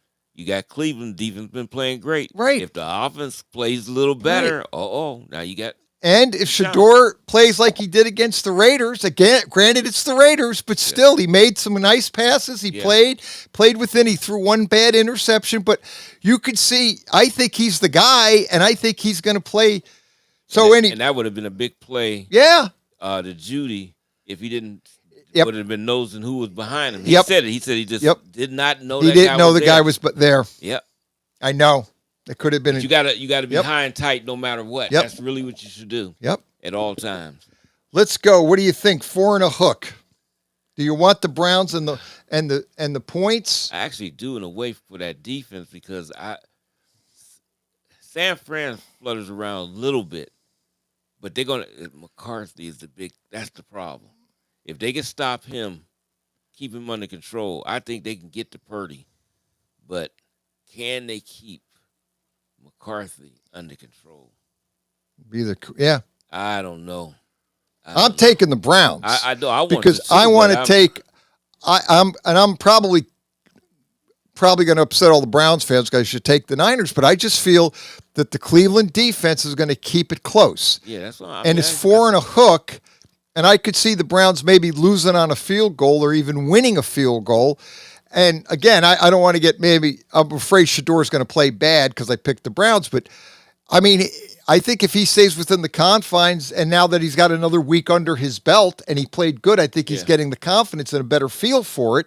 Yeah. Maybe the big thing is, can they run the ball? That's going to be the key. The Browns got to run the football. If they can run the football and take pressure off Shador and open up the passing lanes, potentially this could be a very interesting game because the Browns defense can and Purdy can throw INTs. He did on Monday night. Yeah, they was putting pressure. And they were putting a lot of pressure on him. And he was throwing, and he threw some bad passes. Horn was a wide receiver. He's getting so many interceptions. Yeah. Yeah. And so, I mean, I could see Cleveland, and it's good. I could look up the weather's going to be crappy. I mean, it's going to be cold. I think I might take that too. I'm going to take the Browns. I'm going to take them in the points because it could be a defensive battle. It really could. And one thing I will say, it's only one game for Shador. It's a lot of stuff he needs to improve on, no question about it. But he gave the defense a little bit of excitement and hope. Yeah, it did. It's going to be windy and cold up there, up in Cleveland. Well, you know you're going to have that. So you know that's, But I think, you know, like I said, 37 degrees and cloudy and a little, it's going to be windy. So you know it's going to be a kind of a, but I think that favors Cleveland. So, and I just think he could, you know, they got to run the football. well, they just changed, they just changed it to 5.5. 5.5. Okay. Cleveland's now getting 5.5. I'm taking the Browns. That make me take it anyway. Yeah. So, you want the Browns or you want, okay. Yeah, I'm going to still take them. I think the big problem is our guy at running back, McCaffrey. You got to get him. Yeah, he's the one. You got to hold him down or keep him under control. Right. Because that's what could open everything up. Yeah, that's the guy where he can make it. He did on Monday night. Oh, yeah, he makes a difference. That's what hurt the Panthers on Monday night was McCaffrey. He got loose, made plays, and that is the variable there. But Purdy could be under some heavy But if they pressure. if Myles Garrett gets in there early and shakes him up, it could be a very interesting game. Yeah, it can. Let's go to You know what I wanted to say, though? Yeah, go ahead. One thing that's different Cleveland's offense, I know it had to be that Gabriel could not see downfield. Because everything was quick outs. And, I mean, Shador threw those, but he threw down if he could see. And that's why the ball went down. It's a different, It's you can see a difference. I don't. I mean, that helps the defense. Yes, it does. I mean, just to see them making plays. And that's why Stefanski just right away said Shador's the starter. Yeah, he's not waiting for Dylan. No, he knew right then and there. And I watched the play. It's a different team. Shador could see the line. He could see the field. Dylan Gabriel's just too small. He can't see. He's too much moving around. You're 100% right. Shador could see the field better, and you could see him making the plays. He looks like potentially going to be a good quarterback, but he's got to play, but he can. Play, he's got a lot of stuff to clean up. Yeah, he can clean up, but I'm just saying that. Yeah, but you could see something. Yeah, you could see him. And you can see the spark in the guys. And the guys playing. That made a big difference. Big. The energy. Let's go to the Jags at the Titans. And now that one is 5.5. Jags lay 5.5 to the 1-10 Titans at home. The Jags are home? Titans are home. And the home dog. They're so weird. The dog's getting 5.5. They are so weird. And I can't figure the Titans out. No, because they'll mess you up. They lost. Well, we got that wrong last week because they didn't cover. The Seahawks didn't cover. I know. See, that's what I'm saying. Because the Jags, they only lost by 6 to the Seahawks. The Titans. Yeah, the Titans. See, the Seahawks didn't cover it because it was like a 12.5. Yeah, and I thought they were going to blow. And I thought they were blowing, and they didn't. The Titans hung around. So now you're going into this game, the Jags at the Titans. Oh my! I'm tell you what, because my season is gone anyway, so I don't care. I'm not going to be any good. I'm taking the Titans and the points and thinking the Titans going to, and I don't know what Jacksonville's going to do. They are so great. I mean, Jacksonville could win by 2 touchdowns, or they could lose by 3 points, or win by 3 points. But the Jacksonville Jags just look so bad. They win. But Lawrence he's another one. He looks good, then he looks bad. He makes bad plays, but he finds a way to pull a game out. The Cardinals last week was an ugly, ugly game, but they won it. Yeah. They only won by 3. Yeah, I know.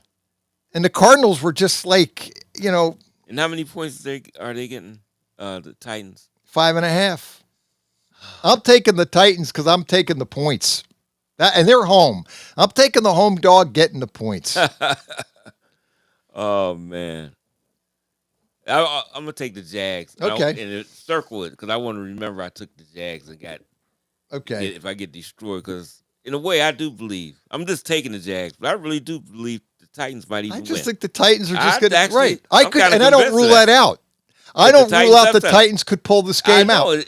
They could win by 3 points. I'm going to go against what I'm thinking, and I'm taking the Jags. Oh, I'm doing. Yeah, But I do believe. Right. And I may call until you change that. Okay. But I just something funny feels. Well, about shoot that me guy. the text before game time text. and let me know. Yeah, if I want to change, because this seems so Oh, funny. no. That one. Let's go to the Texans at the Colts. This is another one. 3.5. 3.5 points. I'm already putting the Texans down. I'm taking 3 in the hook. Where's this game at Oh, Baltimore? At Indianapolis Colts. I'll went always, back, huh? I will always call them the Baltimore Colts. I'll tell you later. I'm reading a fantastic book. I read a book about the 52 Dallas Texans. I didn't know about this team. It's a great book. I'll just put it to later. Let's go Texans. This is before him. Even This is before. his 52. Oh, okay. They put a team in Dallas and it blew up. It didn't work. They had to bring it back and they shipped it to Baltimore following year. And there's just the things about Dallas, Texas in 1952 are scary. Just scary. Oh, that's crazy. Totally.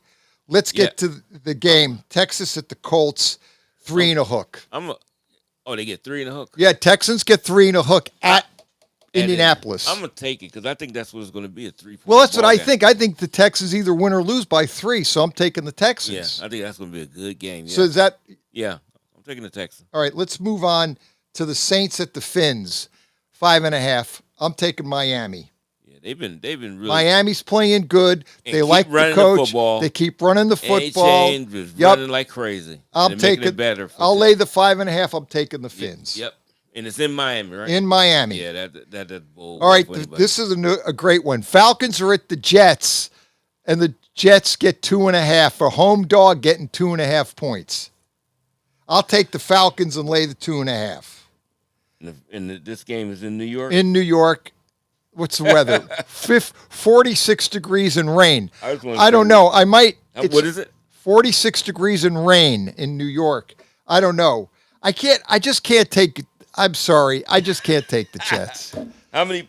And they 2.5. They're getting 2.5. Kirk Cousins looked pretty good last week. They beat the Saints 24-10. He did.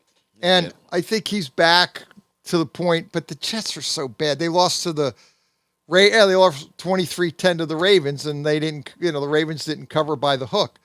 But I don't think the Jets, they're a bottom feeder. Yeah. I mean, I don't know. Atlanta should be able. I'm just wondering, is that rain and stuff? Rain, that's the only thing. Keeping the game close. But even if you keep it down, they win 13-10. Yeah, then they lose. You lose on the hook. Yeah, well, we would win. I'm thinking if I take Atlanta. And they win 13-10, you win. Yeah, and I'm thinking that's how it could be. I think Atlanta should win, but they might only win by 3, but that's good enough.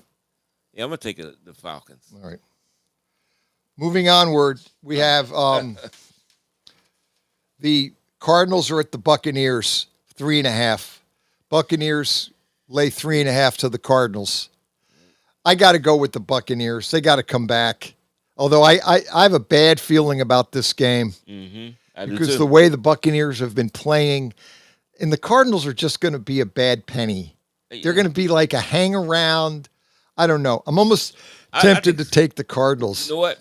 3.5. Do a circle on that one. I'm taking the Bucks too, but I think I may change both. The Bucks and the Jags might be games that I might change. Because I think Arizona might. They get in a 2 and a hook or 3. 3 and a hook. I'm taking the Cardinals and the points because you said it's a hook on there too, right? The hook. I have a bad and the way the Buccaneers look, they played the way they didn't play Sunday night against the Rams. They played horrendous. I know they're due to snap back, but I could just see the Cardinals going down there. It's going to be 79 degrees. The weather's going to be okay. I could see Jacoby Brissett and the Cardinals just hanging around, making it close. Looking at their injury and stuff. They got some injuries on defense. That's who the Buccaneers do. Yeah, and that's why they've been giving up a lot. Oh boy, they do. The Rams own them. Let's move to the Rams at the Panthers. 10 points. Panthers are getting 10 points at home. They've been playing better, but the Rams are blowing everybody away.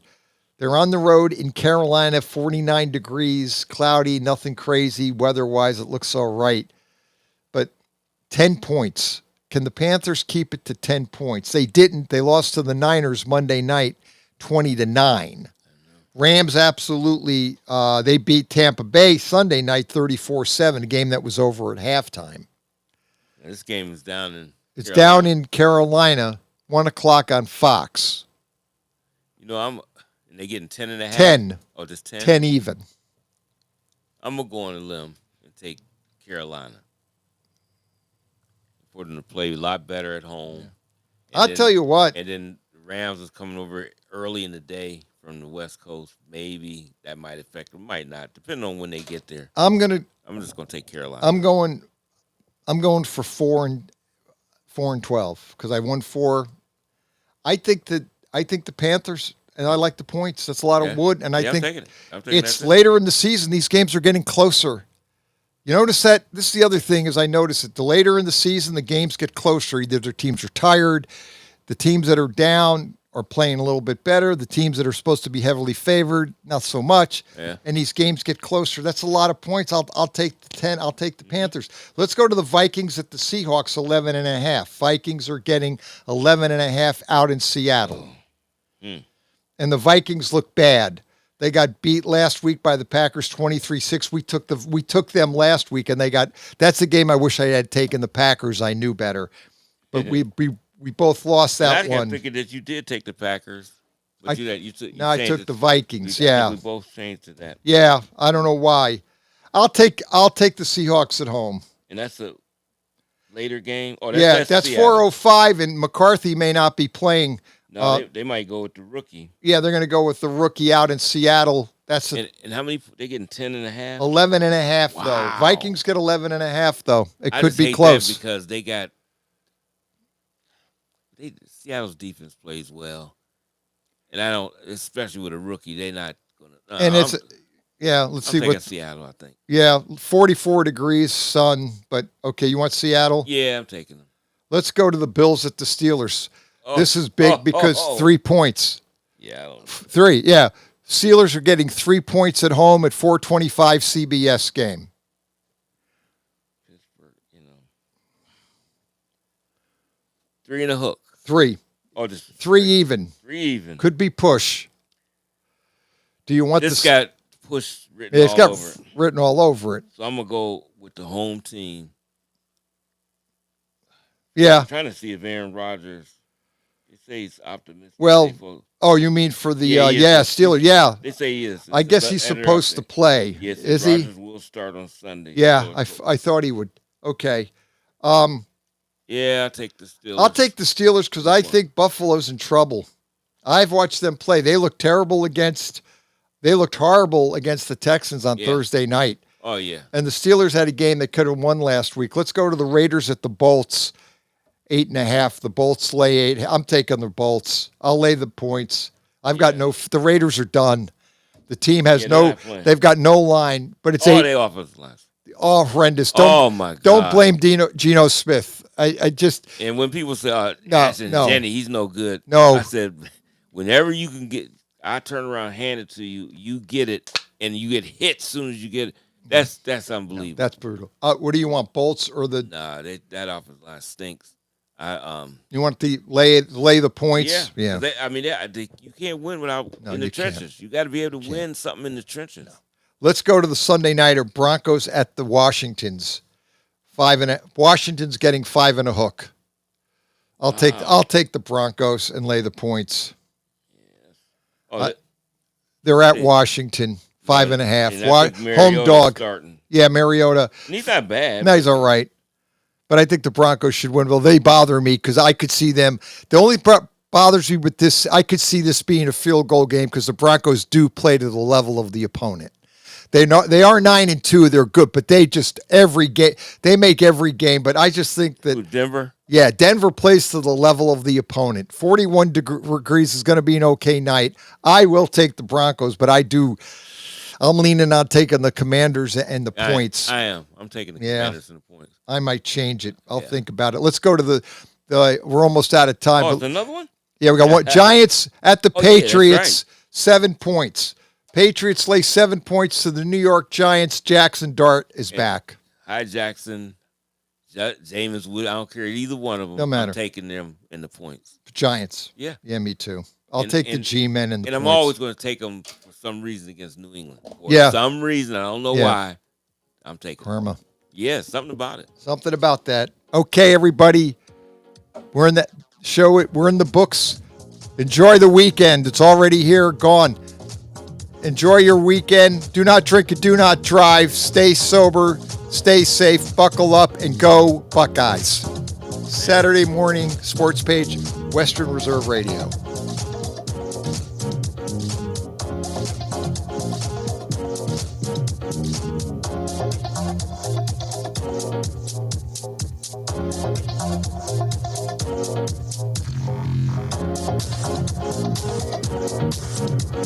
The stations that are always ahead of the game. Western Reserve Radio. Western Reserve Radio 2 and City View Sportscast. Youngstown, Ohio.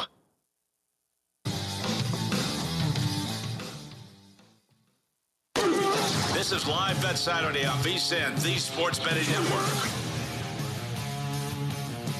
College football week 14. It's rivalry week. It's here. He's Ben Stevens. I'm Dustin Sweetelson, and we got you covered in the early window of action right here on VSiN. It's the Sports Betting Network. A lot to get to over the course of the next 3 hours, Ben, as title game matchups on the air in these conferences. Bowl eligibility is on the line. We've got playoff implications, and dare I say the Heisman Trophy has still not yet been secured. A lot happening across college football, Ben. How fired up are you for today? Dustin, that's what you would expect on the regular season finale weekend of the 2025 college football season. It is going to be